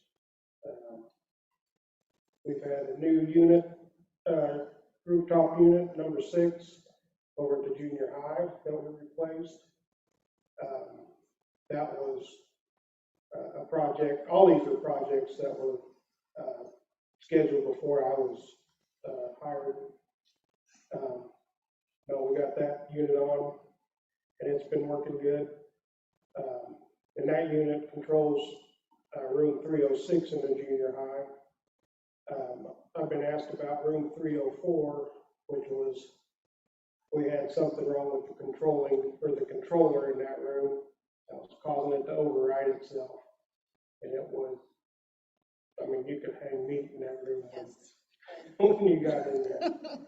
But I think we've got that remedied. We've got the indoor air quality test. We did the second test this past week with the ionizers off on Tuesday afternoon. And then they came in Saturday. We had turned the ionizers on Friday after all the students had left the building. They did their test, and then I went ahead and shut them off Saturday afternoon. Week to 10 days, I should get the report, and then they are planning on coming to the October meeting to give you guys the results, and in case you guys have any questions for them. The acoustic improvements over in the junior high school, that's been completed. Went through with the contractor, and we had like 2 items on the punch list that they completed last week. And then we've had preventive maintenance on our HVAC systems. We had three compressors at the PC that we needed to address and replace. And we found through preventive maintenance. Everything else, and then a couple of small things on the IC. But those units are showing their age up there. And junior high and high school tested pretty well. So, and that's not even really covering all the work orders that we've accomplished since July 1st that I've been keeping track of. And all the what I call honeydews, getting rooms ready and stuff like that for teachers. So we've been really busy, and then trying to keep up with the grass and all that. So, is there any questions? Questions? I have one. Is there going to be any kind of acoustic testing to see the difference? Yes. The architect, Mark Rowland, is setting up a time to kind of mimic the first test. I don't know if it was during a basketball game or a volleyball game, but it will probably be during some time. Yeah, if I remember right, I think they tested during a game and then also tested that with nobody in there. Right, like before or after that. Yeah, they use some big balloons and stuff. But yeah, that's to come. I'll be curious. That'll be anxious to see how that went. Mm-hmm. See how that goes. On a site visit, was that last week or 2 weeks ago, Mr. Glenn? Last week. I don't know, it all runs together. Okay. But I will say, even just being in the gym, just speaking, you could, I mean, it wasn't that Charlie Brown teacher on the phone voice effect. That's what I've heard quite a bit from people that I've talked to. It's quite an improvement from what it was. But having a measurable, documented thing will be good. A couple of things. I know you've been doing a lot of things just like, hey, I just got here and I'm finishing out stuff that was already cooking. Where do you feel like you are in the process now as far as planning for projects ahead? Do you feel like you're starting to kind of get caught up a little bit? Yes. Okay. I'm starting to look at our first project. What I'm working on is the 10 units on the junior high that was scheduled for this year. I've got 2 engineering firms going to be bringing me bids, I guess, for overseeing that project. I might go out and get one more just to kind of round it out. I'm looking into different HVAC systems to kind of help control and simplify and the different pods, especially in the junior high. So we don't have cold rooms, hot rooms, so we can have Meat lockers versus rainforest. Yes. So yeah, I've been starting to think about the future and what we want to do here. And I know as part of our strategic plan, we were going to talk about facilities. And so I'd like to ask for more conversation about that moving forward too. I didn't want to do that before you were at a place where you could sort of catch up with the things that were still already scheduled to be done. But a couple of years we've been talking about the storage shed behind the PC, the PAC.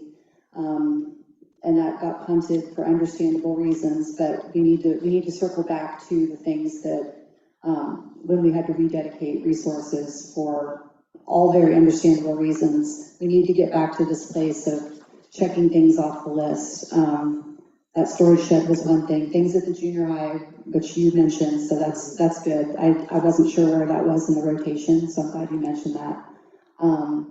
But that can happen within the context of our strategic direction. We had a presentation this summer about something out there, and we haven't done anything with it, and maybe we don't want to, but that's a more holistic conversation that, again, I would like the board to have, and not just let it sit there, so that everybody's on the same page one way or the other. There may not be appetite to pursue it, but if there is appetite, we have to have a process for that. So just bringing that back around again.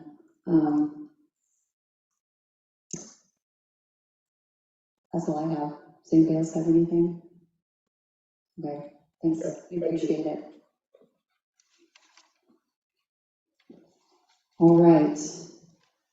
Hello, Mayor Semino and Mr. Rodden, City Administrator for the City of Baldwin. Thank you for waiting patiently, and actually really patiently, because you guys were supposed to join us for this at our last regular meeting. And apologies for that being tabled, and thank you for sticking with us so we could talk about the Rural Housing Incentive District Program. Thanks for being with us tonight. Yeah, no problem. So I guess I'm here just to give kind of a synopsis of where we sat, how we got to where we got. So back in June or July, we appointed a mutual board between the school district and the city council to start discussing our housing in Baldwin City.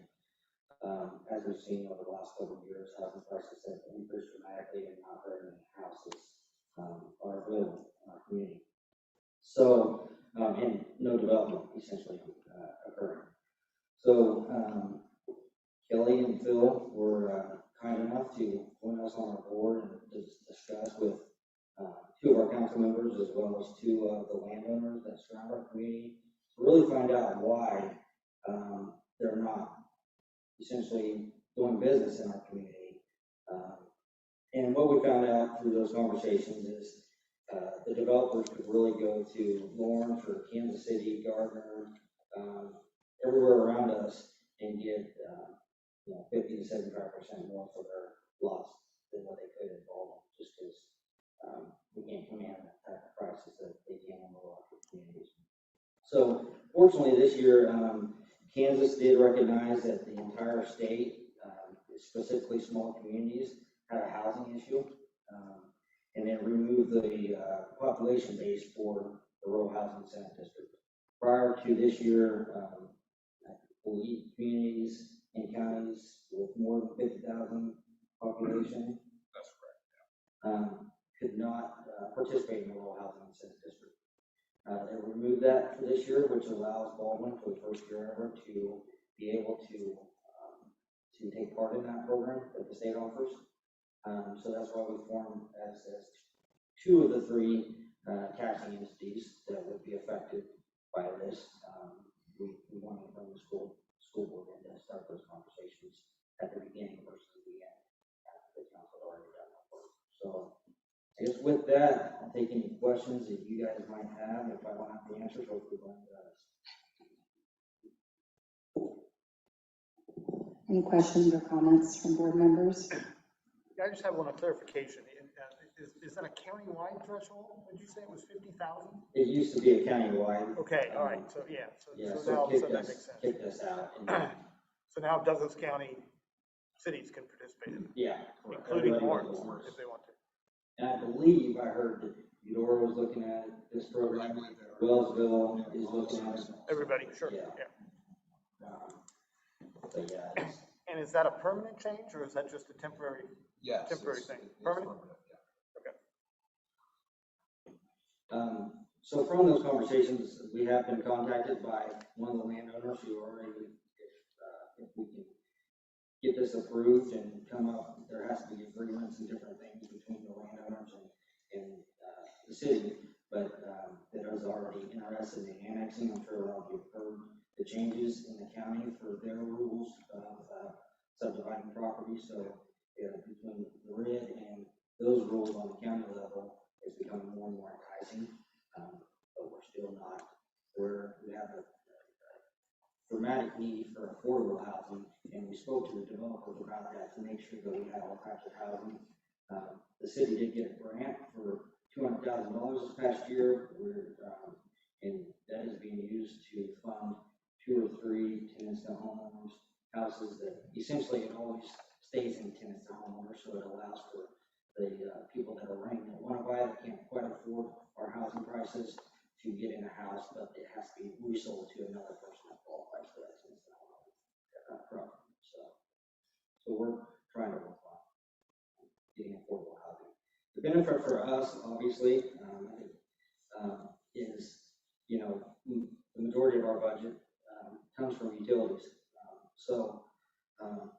You know, we get affordable housing, senior housing, townhomes, any type of housing. That helps the city on that side. For you guys, obviously, but way more revenue from the state. If the city and the school district can work together to try to increase your guys' enrollment, then that will obviously help our local school districts. So that was kind of the discussion and thought. If I missed anything?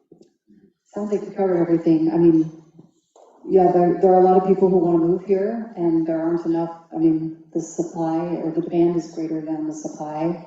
What I liked about our conversation too is just all the discussion about it being a balanced approach. It wasn't just senior housing or just for it was a balanced approach of everything. What I recollect from the conversation, and housing for families, which is why it is appealing for the district to partner, because full-time enrollment is the name of the game for our budget. So I think you covered everything. Any board members have any other questions of clarification, or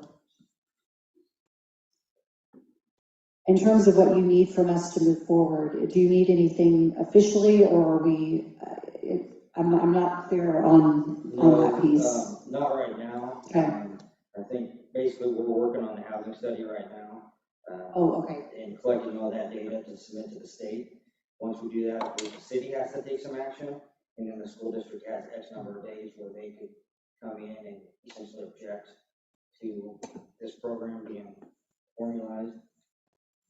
No, that's correct. I mean, essentially, if you understand what a tax increment financing district is, a TIF district, there's a period in there where the county or the school district can object to what we're doing, and if they can't, they can veto what's taking place.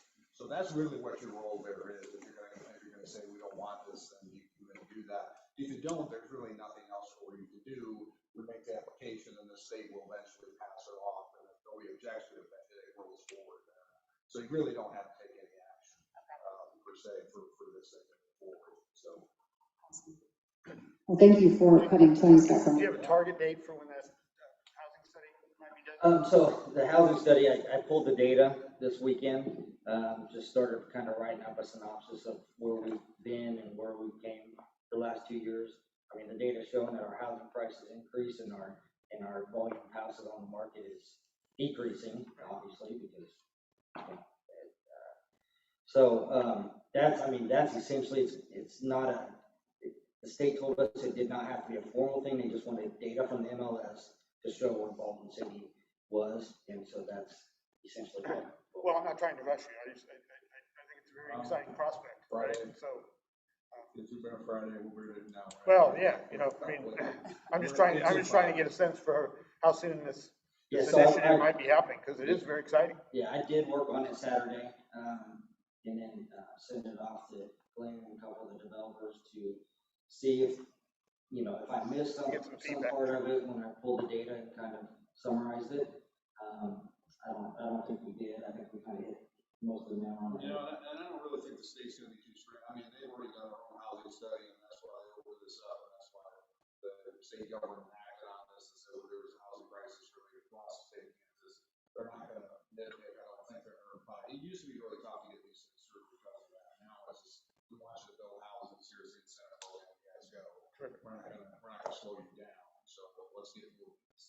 So their attitude has completely changed in the past 2 years. It's an exciting opportunity for Baldwin, and thank you for coming and just talking with us. You're looking for a don't object, and I certainly won't object.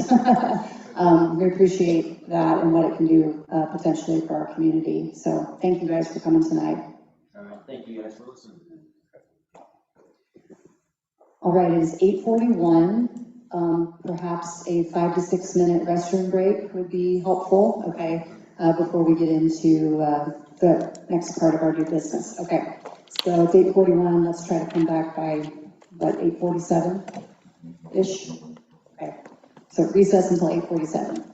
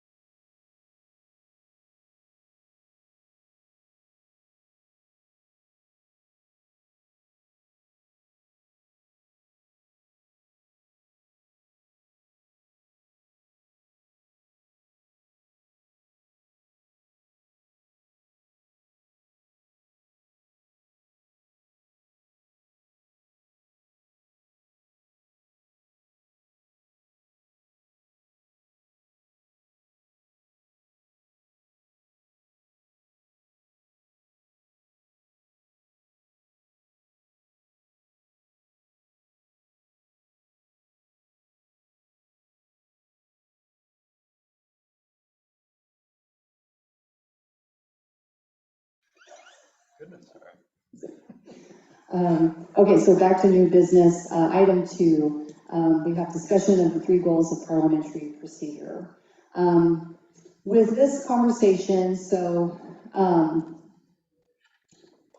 3 goals, I'll talk about the 3 goals, and then I'm going to talk about how I feel as your president, I have come up short on meeting the 3 goals.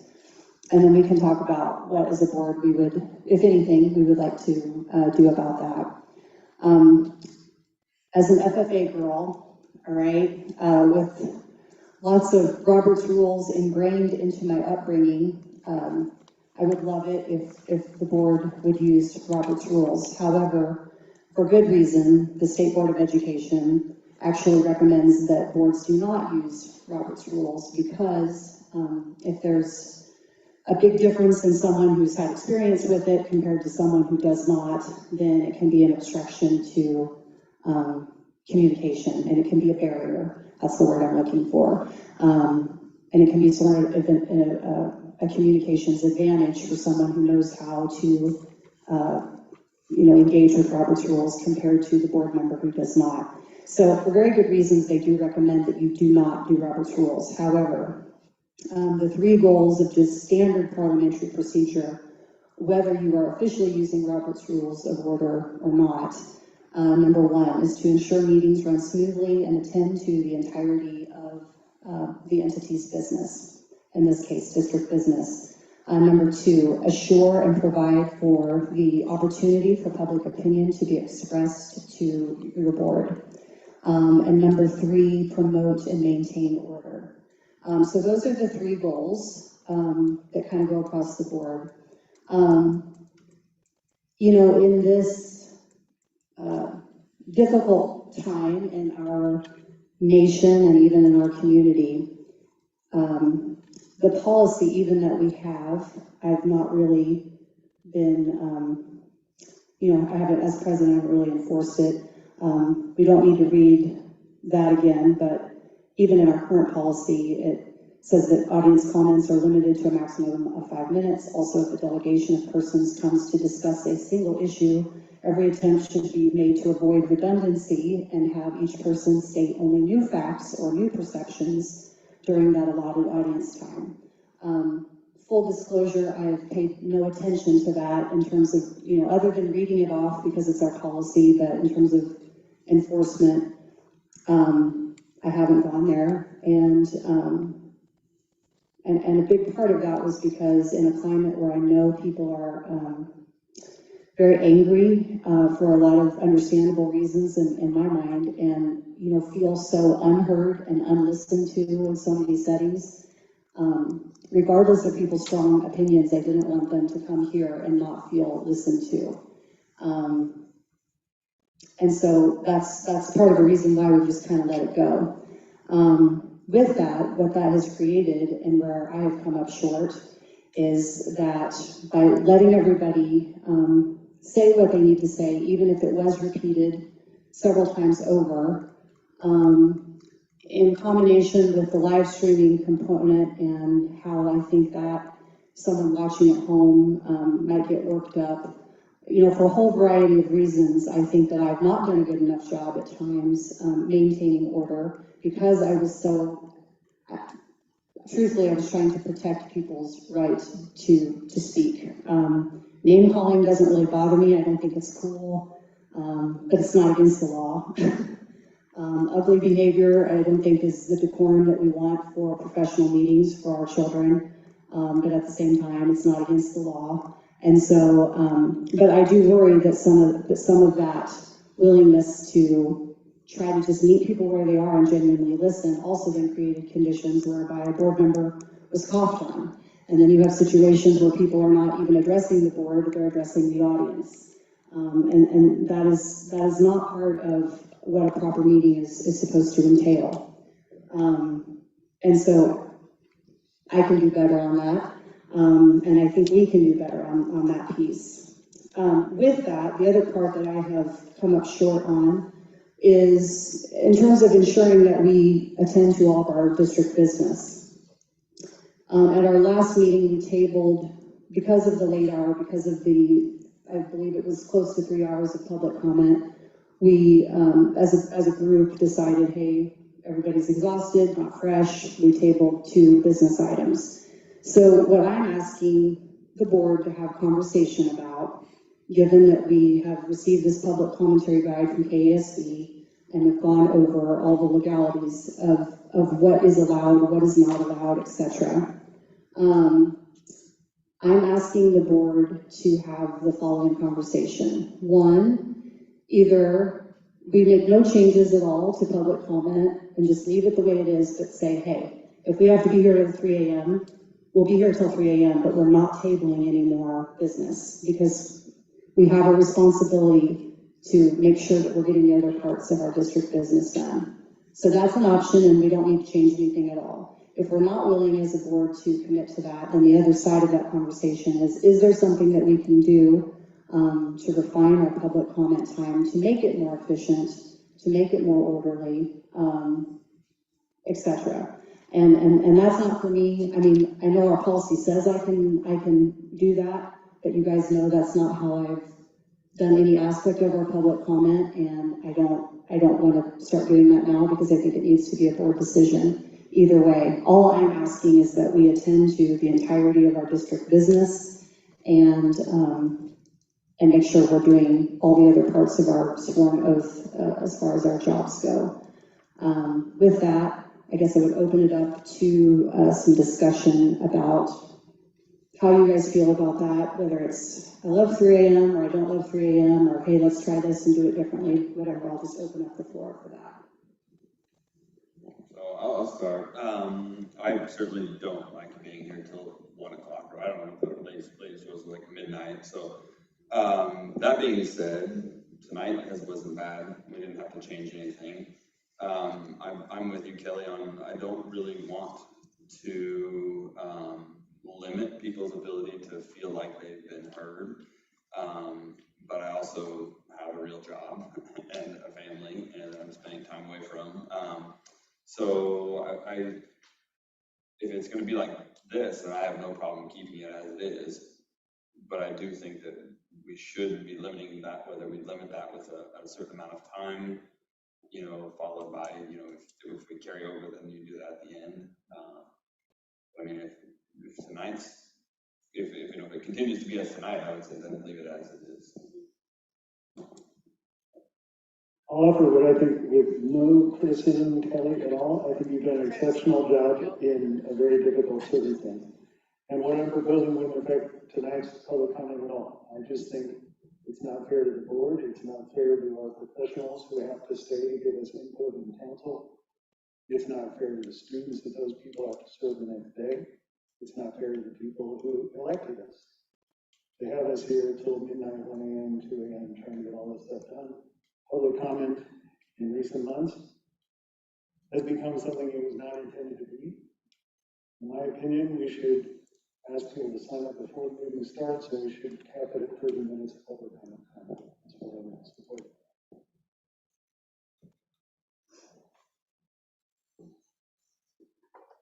Megan, maybe you can answer this. Do you know how much time did we spend on public comment tonight? Yeah.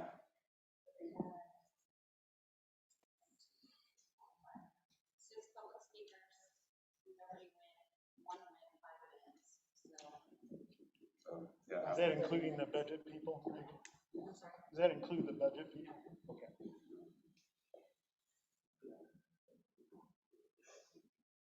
So tonight may not be the best case test because it was artificially constrained, right? Because we had public hearings and we had to sort of. But I'm with Andy. I think that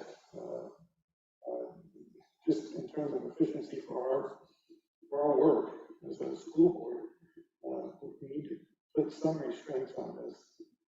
Not to silence people, not to keep them from expressing their opinion, but just so we can get our work done, because I tried to keep up with all the speakers and the times that they spoke for the last several meetings, and just keep track of what we have.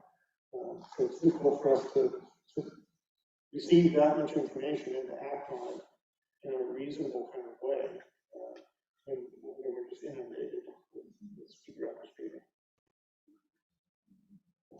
then should we open back up the email? And, but then you wind up just reading the public comments. Because the public comment, part of the public comment, that's part of the official record, right? I mean, so if you've got an official public comment email that, I don't know, then you have to read that, or can you just put that in the minutes? My understanding is that you can insert that into the minutes. Without reading it. And I don't mind reading it, but my concern about reading it before is what if I'm reading something in a tone or in a manner that isn't matching what the writer intend. I mean, I don't want to misrepresent even accidentally how someone writes something with how I read it. But there are several different options as were laid out, and we may not make a decision on this tonight because I know we also have 2 board members missing, and I don't know how everybody feels about that. But you know, again, with the law, that the meetings always have to be open to the public, but not all meetings even have to have public comments. So a few of the scenarios that we can think about, just for the record, so that it's in the minutes, is that it can be limited by topic. It can be limited, from my understanding with our league, and I know in surrounding areas, most people don't do 5 minutes, most people do 3. So you can limit individuals, the length of time for individual speakers. You can also do an overall cap. Nearby districts do that as well, that there's a total of 30 minutes allowed for public comment, period. That's another way to go. The timing of the agenda, public comment doesn't have to occur at the beginning, it can occur at the end. One part that bothers me about that is that we've had students coming, which I think is great, and I hate for students to wait until 11 o'clock to come make public comment, because I think student engagement is a positive thing. So that would be a concern of mine for that one, although otherwise I think a lot of that makes sense. We can get to our business first. You know, as our current policy says, adopting a spokesperson for an issue to represent the issue, that's another way to go. So there are several different ways that what that can look like, to make sure we are hitting item number 2 and that we make sure and assure and provide the opportunity for public opinion to be expressed to the board.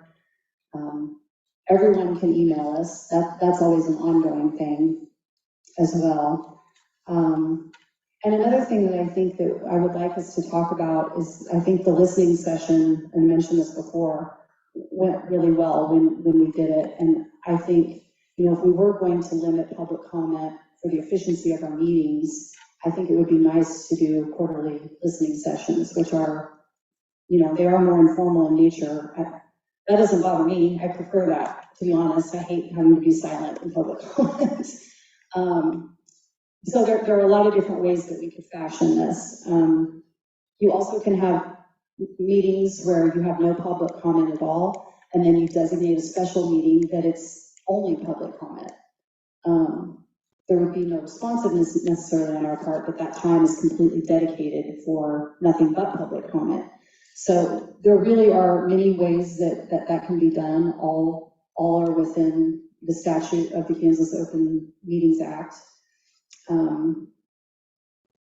Because board meetings are a meeting that happen in public, they're not a public meeting in the sense of the right at every moment to speak every time or at any length.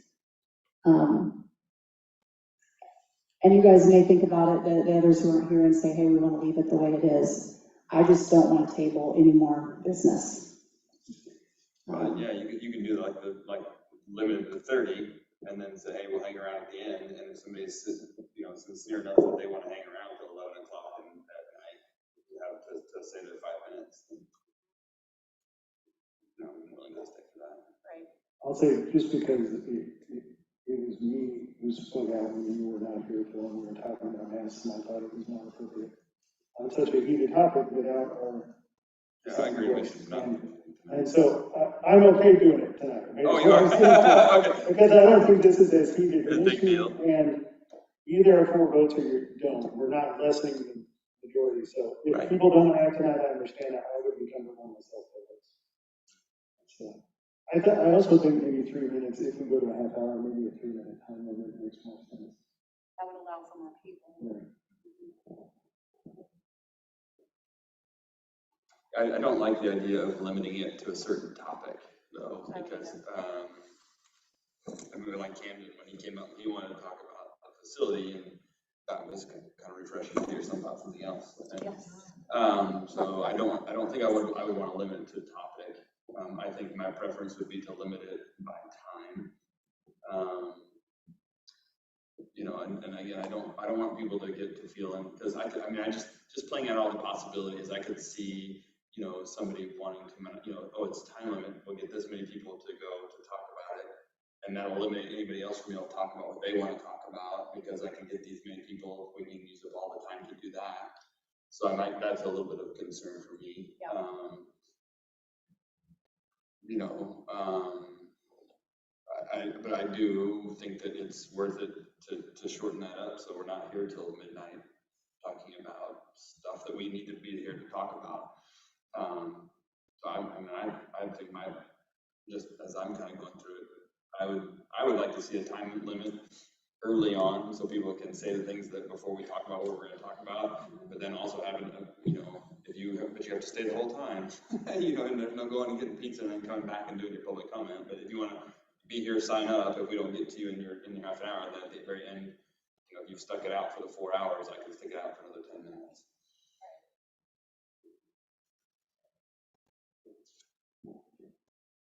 What do you guys think? And I don't like the limiting topic either. I just was trying to make sure the lady that gave us all the possible things that you can do, I was just wanting to make sure to cover all of them.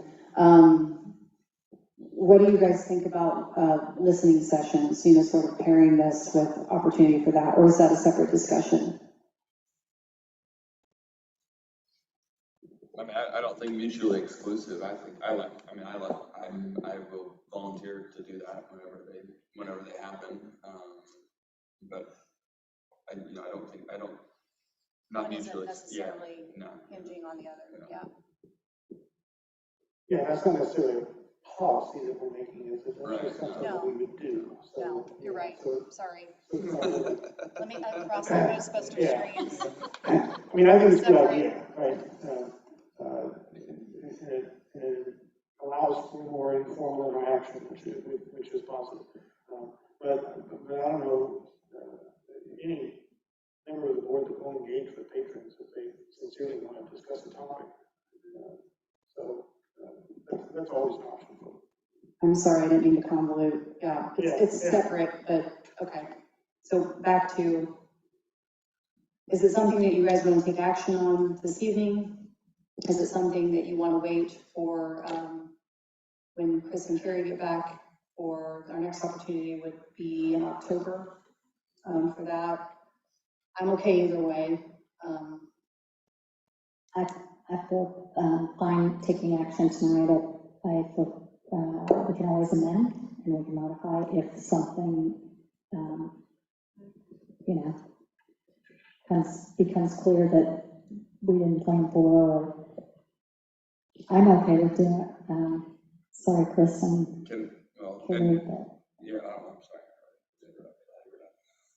I would say that, can we make it just as we start to pare this down and try to find, you know, this golden time window?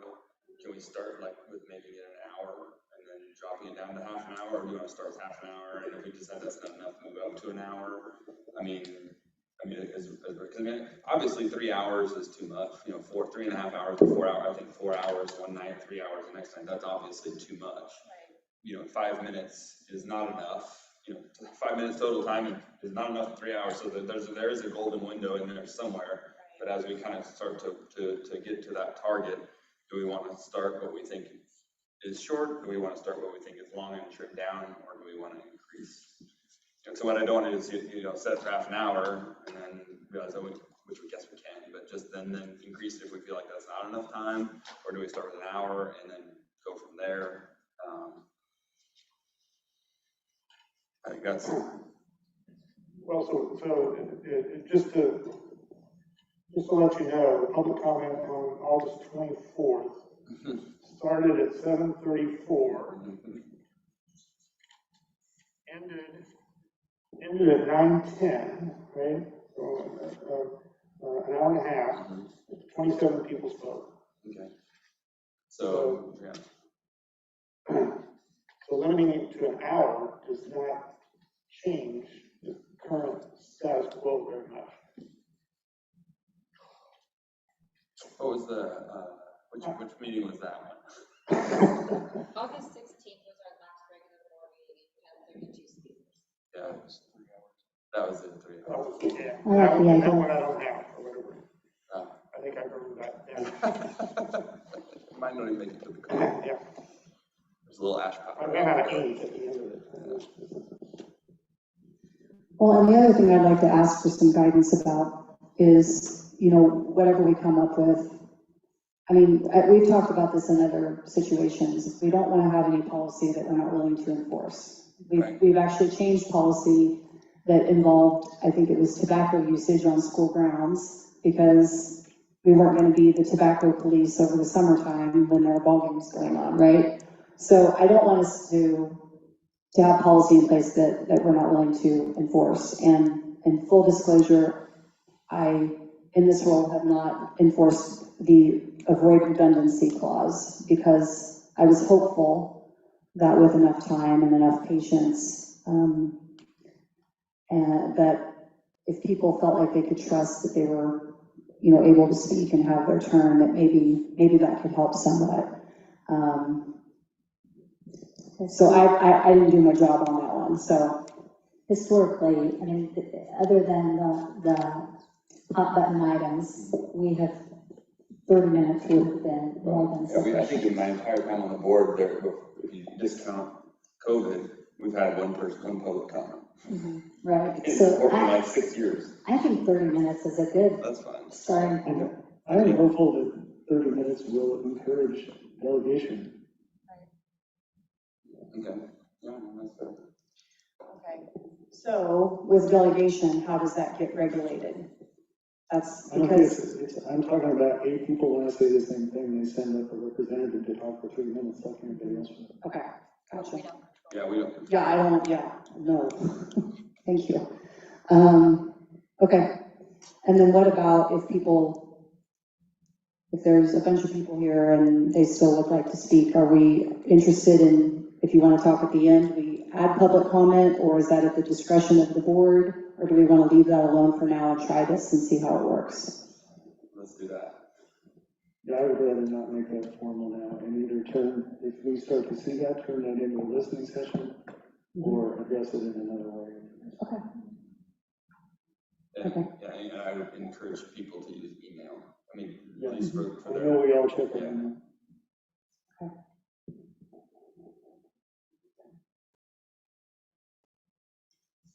All right. Any other discussion on that?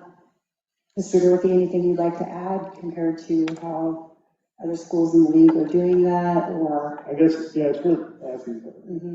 Making such changes, it makes us more in line with what people around us are doing. It does not make us the outlier. That's right. We're the outlier right now in our process. Most districts are a lot more restrictive than we are. And we've been able to do that the way we've been doing it for a long, long time. But then I understand the board's reason to want to have some control over it so you can get your business meeting done. But we are one of the few districts that's still offering public comment as we've been doing it. It's my hope that things will be smooth sailing from here on out, and it never becomes an issue. Yes.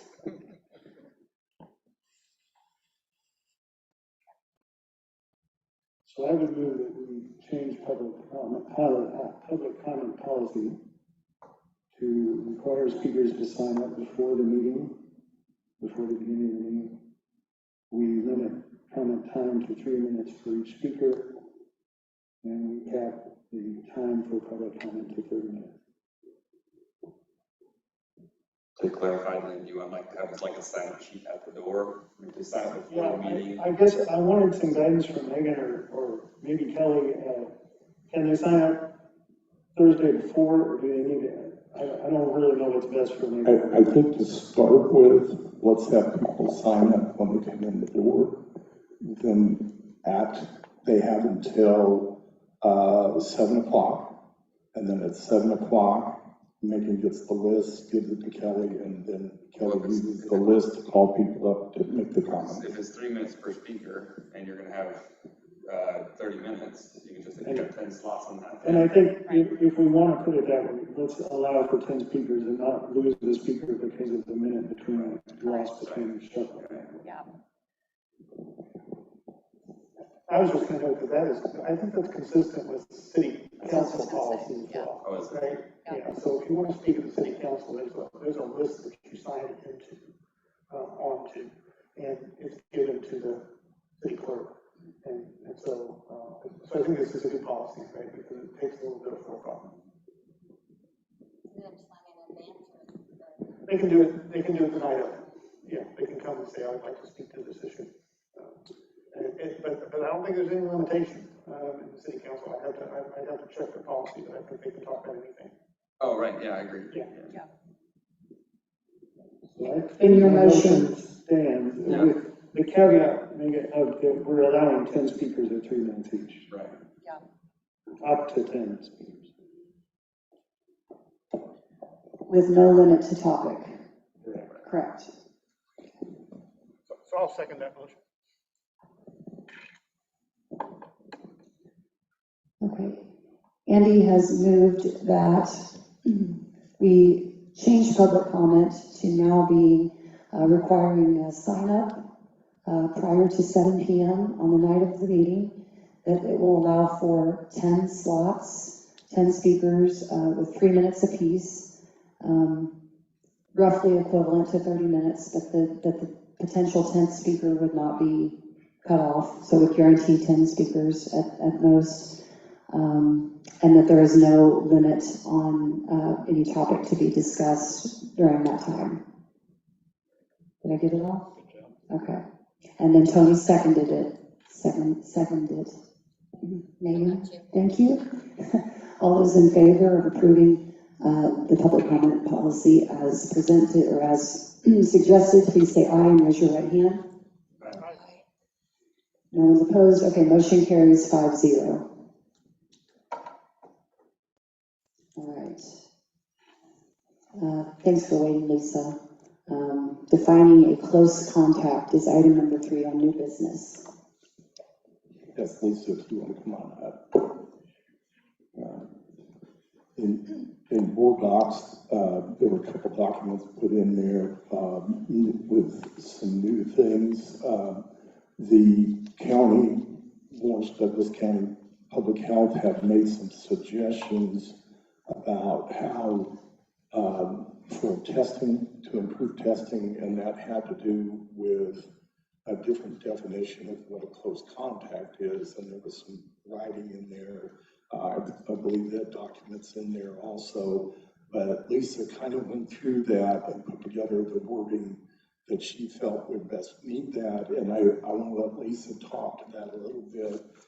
Not that she needs to read it, but kind of talk in general about why she's recommending it, and then the board questions about what you like or have concerns about it, and then we can go from there. So Lisa, if you want to talk about the order. Thank you. So the Unified Command, I think they pretty much heard from all of the districts in the county, and all of the school nurses, all of the health services are struggling with trying to keep up with this testing. I think it just ended up being a lot more than they thought it was going to be. So I think Douglas County kind of followed suit with what I think Wyandotte County is doing, Johnson County, and there's probably a few other counties as well, and kind of changing just based on studies and things that they've learned over the last 18 months of what a close contact could be. One of the main things that they changed, that if the positive case is wearing a mask and the potential close contact is wearing a mask, then that is not considered a close contact. The other piece of it that I think I've listed in here too, was during a quarantine, if the close contact, if the family chooses to keep the student home, they could do a PCR test on day 6, and then be returning by day 8. So those are just kind of the 2 things that were added in here that I think would help with testing strategies. Would that lower the number of students that would have to be tested then? Yes. I'm not sure, so just guessing. So we'll probably be doing a quarantine in the morning at the intermediate center. I looked at the difference between the 2. If they were all considered close contacts with or without masks, we were at 33. Close contact, there's, I think we were at 3. 1. No, we were at 1. That would be a close contact then. From 33 to 1? Because of the masks. Because of the masks, yeah. It's just another mitigation strategy. I had a couple questions. So, I'm sure that you get them, but the LMH health updates. So, again, to me, it's still crazy that we're making a difference, or that we're making a distinction between vaccinated and unvaccinated. So their most recent inpatient stats was 15 people, 50% were unvaccinated. They said 8 were unknown. I'm not sure how they got to unknown, but 34% are vaccinated. So again, it's very obvious that we're doing that. The vaccinated and unvaccinated both are able to transmit it. I did like to see, and I didn't see it in the document, though, are updated, but in the unified command, they talked about basically treating somebody who had natural immunity with antibodies, that basically treating them as the same as a vaccinated. Right. So I went through it. Yeah, I think we put it in here as well. Okay, then I missed that. Unvaccinated close contacts with evidence of previous infection. Okay, so unvaccinated, okay, good. Okay, good. Then you caught that. Then. Okay, I missed that.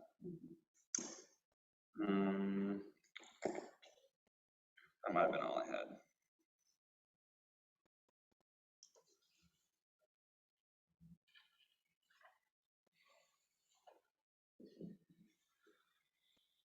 But even if someone is vaccinated, if they are defined as a close contact, they're still being asked to test.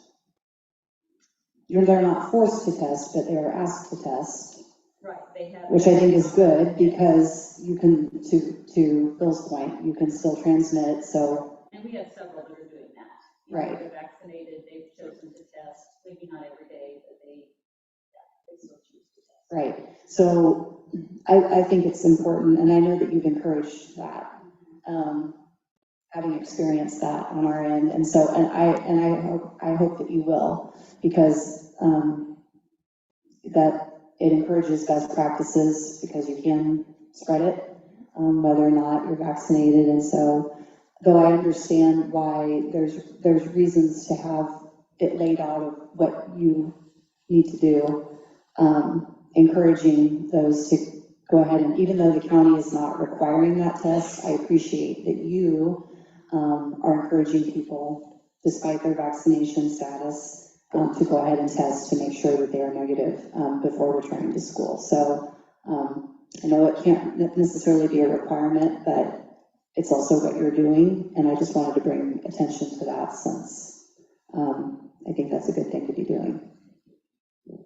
One other question I had, and I guess this you can certainly answer, I think, without doing any kind of HIPAA violation, but has there been any treatment intervention for any of our students that's required hospitalization that you're aware of at this point? Good. Okay, good.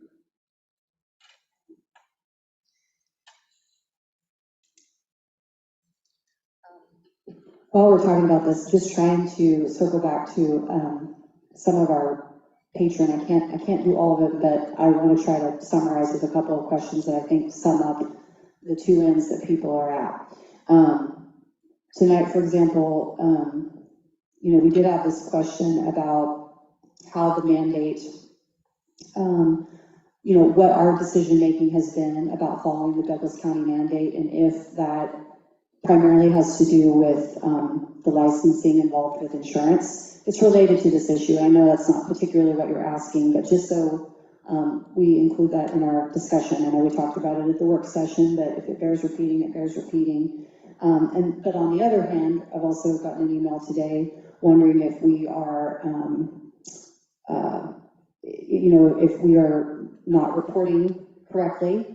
I told the patron we absolutely are reporting correctly because there was concern that the high school is a cluster. So as you know, we have people on very different ends that are concerned about kind of subversive agendas from whichever way they're looking at this. And so, just to recap, one, I want to publicly say that our reporting mechanisms are exactly what they're supposed to be. So thank you, Lisa, because I know you're working very hard at that. And on the other end too, in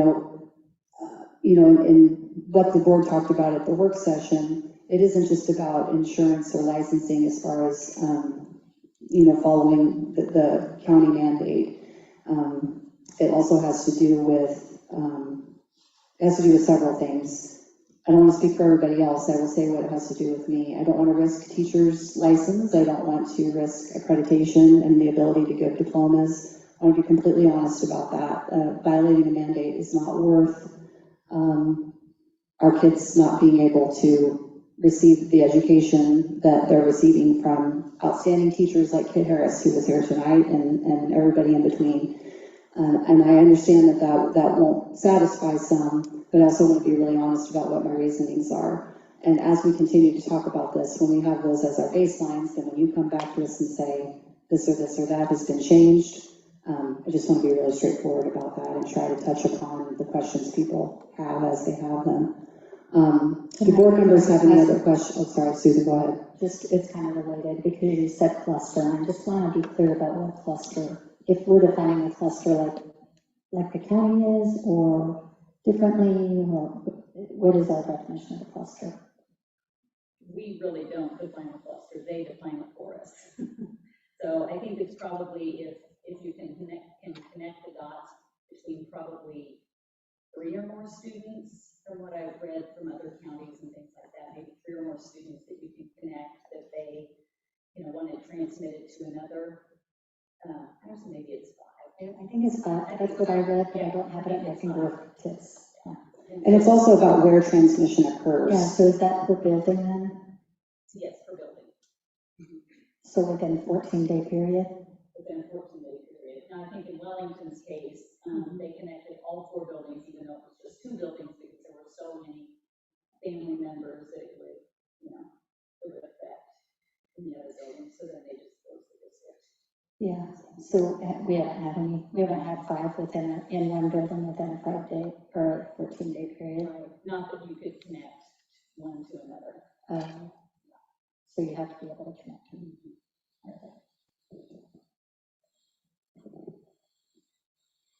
Any other questions about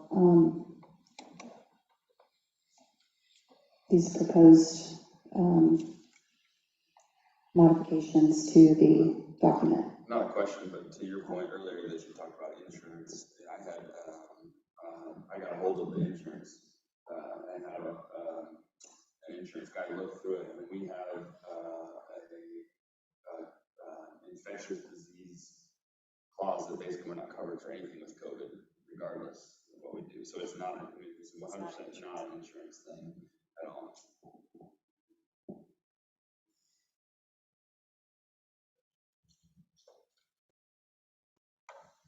For whatever it's worth, that's what I research concluded as well.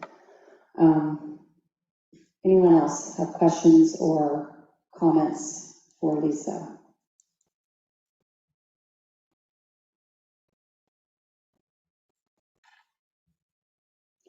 So would we then need a motion for approving is that? Approving what Lisa's proposal that we have in there. Okay. If the board approves it as is, or if you feel like it needs to be amended, that's That's what we're asking.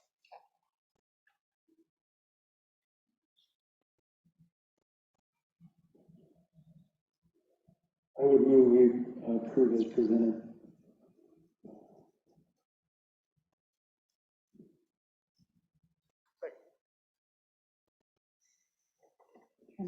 Andy has moved to adopt the changes as presented. Tony has seconded. All those in favor, please say aye. Raise your right hand. Aye. Anyone opposed? Okay, motion carries 5-0. All right. Board member input, interlocal special education report. Susan. We need Paris. The end. Paris, who could also drive a bus, would be it. That would be perfect. Susan, when do you guys meet again? The second Tuesday of every month. That's right. Okay, so you already met this month. Yeah. Okay.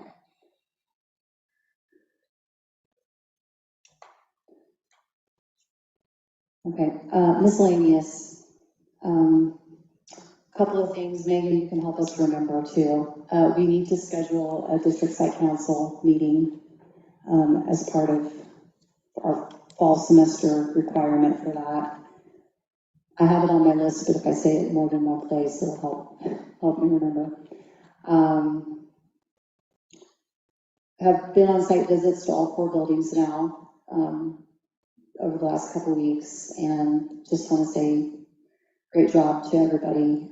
I know you're working so hard, and it shows, and kids are happy, and there were a lot of neat stories I got to hear about all the different things going on at school, from little ones all the way up, so thank you for that. And then lastly, I would like us to talk about a listening session in October. I'll send an email out about that, to have that in place before the October meeting for anyone who would like to do that. And those are the 3 things I had. Superintendent's report. I did have one item, and I'm not asking for any motion or anything, I just wanted to bring it up, and we can have a little discussion if you want to. We did have a company approach us about placing a cell tower on school district property. There's a number of these across, it depends. School districts usually have some extra property. They approach school districts because a lot of times we have property in key locations. And so we've been approached by a company, most certainly they've kind of put a proposal together about what that would look like. I think the tower would be a multi-carrier tower. The possibility of it, I think it would open with just one carrier is what they're saying right now. And then they would lease the property where the tower was in a 100-foot by 100-foot area. And what they've been asking for is an area near where the water tower is out near the PC. That's at least what they're asking for. Then the question is, they have to go through a zoning thing through the city. That's their responsibility to do, whether the board approves or doesn't approve of that. But anyway, just want to bring it up and let the board know. And then if you have questions, that's something we should look into. How did that, I can't remember the map that you sent out, but how did that affect with the solar? Are we still doing the solar array thing? Yes, on the east half of that. So they shouldn't be in conflict with one another. It's not going to cast a shadow on the solar array? No, don't think so. And what was the compensation to the district for the use of that land? $750 $750 a month. Yeah. For a 5-year agreement, I believe, that can be renewed. Yeah, I have the same question about the compensation, because I have no idea what's a reasonable amount that companies like this offer to school districts. I don't know, I mean, they didn't look like very much money. That's what I thought. I would suggest we renegotiate and look into that further, because that's pennies on the dollar. So the only thing I will tell you is I have kind of an in. My sister works for T-Mobile and she negotiates some of these contracts. So I said, is this legitimate? And originally she told me for what they were doing, she said no. But then she called me back a couple days later and she said, for what they're asking, all they're asking for, yeah, that's probably in the ballpark. I'm gonna trade him for a stadium. Yeah. AT&T cell phone stadium. Yeah, that's right.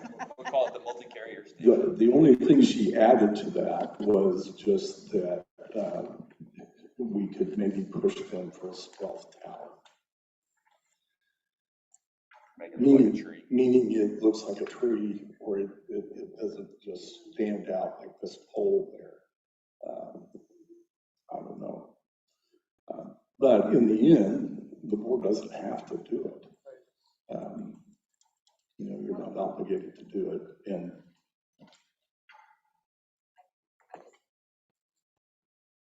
I just don't want to have any like surprises. Have we looked into any downside? to be honest with you, I haven't spent a ton of time other than I knew my sister did this and I called her, but that's just one of those family things.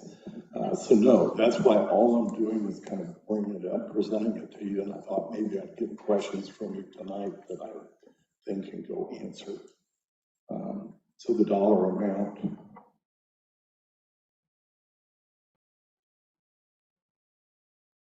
The King goes first because it's our land, but does anybody know, is the city pretty easy on zoning on these things? Or I do they get a lot don't of know if requests they to are come down?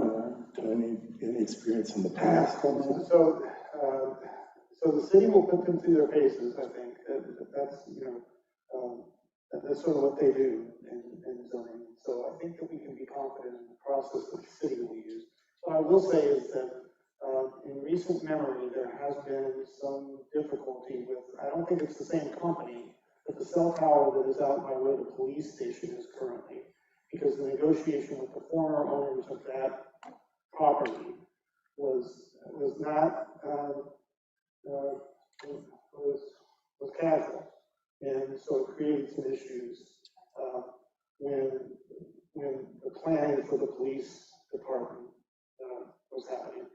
And so, and again, I'm not suggesting that this company will try to do the same thing, but I think that we just need to enter into this, with our eyes wide open and making sure that everything is done properly. So, I mean, to be quite honest, I mean, it's not like it's a huge environmental issue out there, and I don't think that property that they're talking about would be used for other kinds of stuff. Aren't going to put a playground out there, right? Yeah. So it may be a fairly legitimate use, and if we're being compensated for it appropriately, then that's money that we wouldn't be otherwise receiving as a district. But I also want, and again, I don't want to suggest anything that's kind of, that's not above board. But when you're dealing with these companies, oftentimes they have a fleet of lawyers that are putting these deals together. Sure. So, and no aspersion to your sister, right? No, the T-Mobile employee.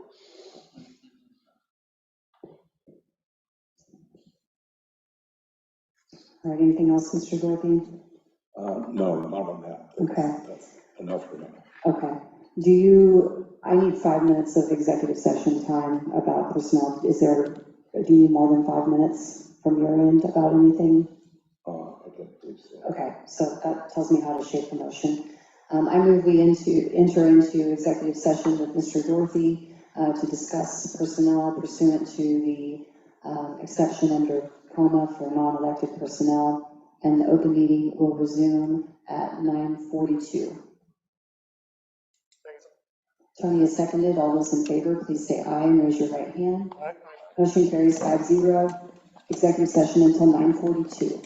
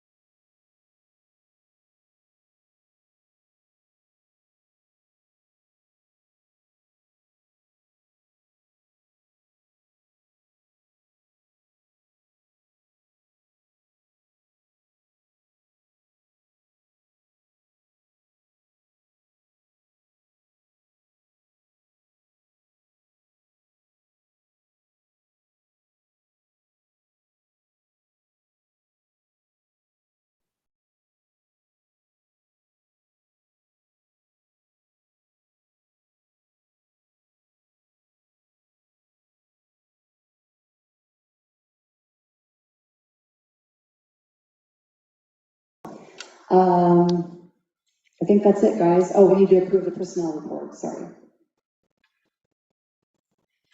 move to approve the personnel report as presented. Second. Andy moved and Phil seconded to approve the personnel report as presented. All those in favor, please say aye. Raise your right hand. Aye. Motion carries 5-0. That's it. Motion we adjourn. Second. Phil has moved and Andy has seconded that we adjourn. All those in favor, please say aye. Aye. Motion carries. Meeting adjourned, 9:43. Thanks, everybody.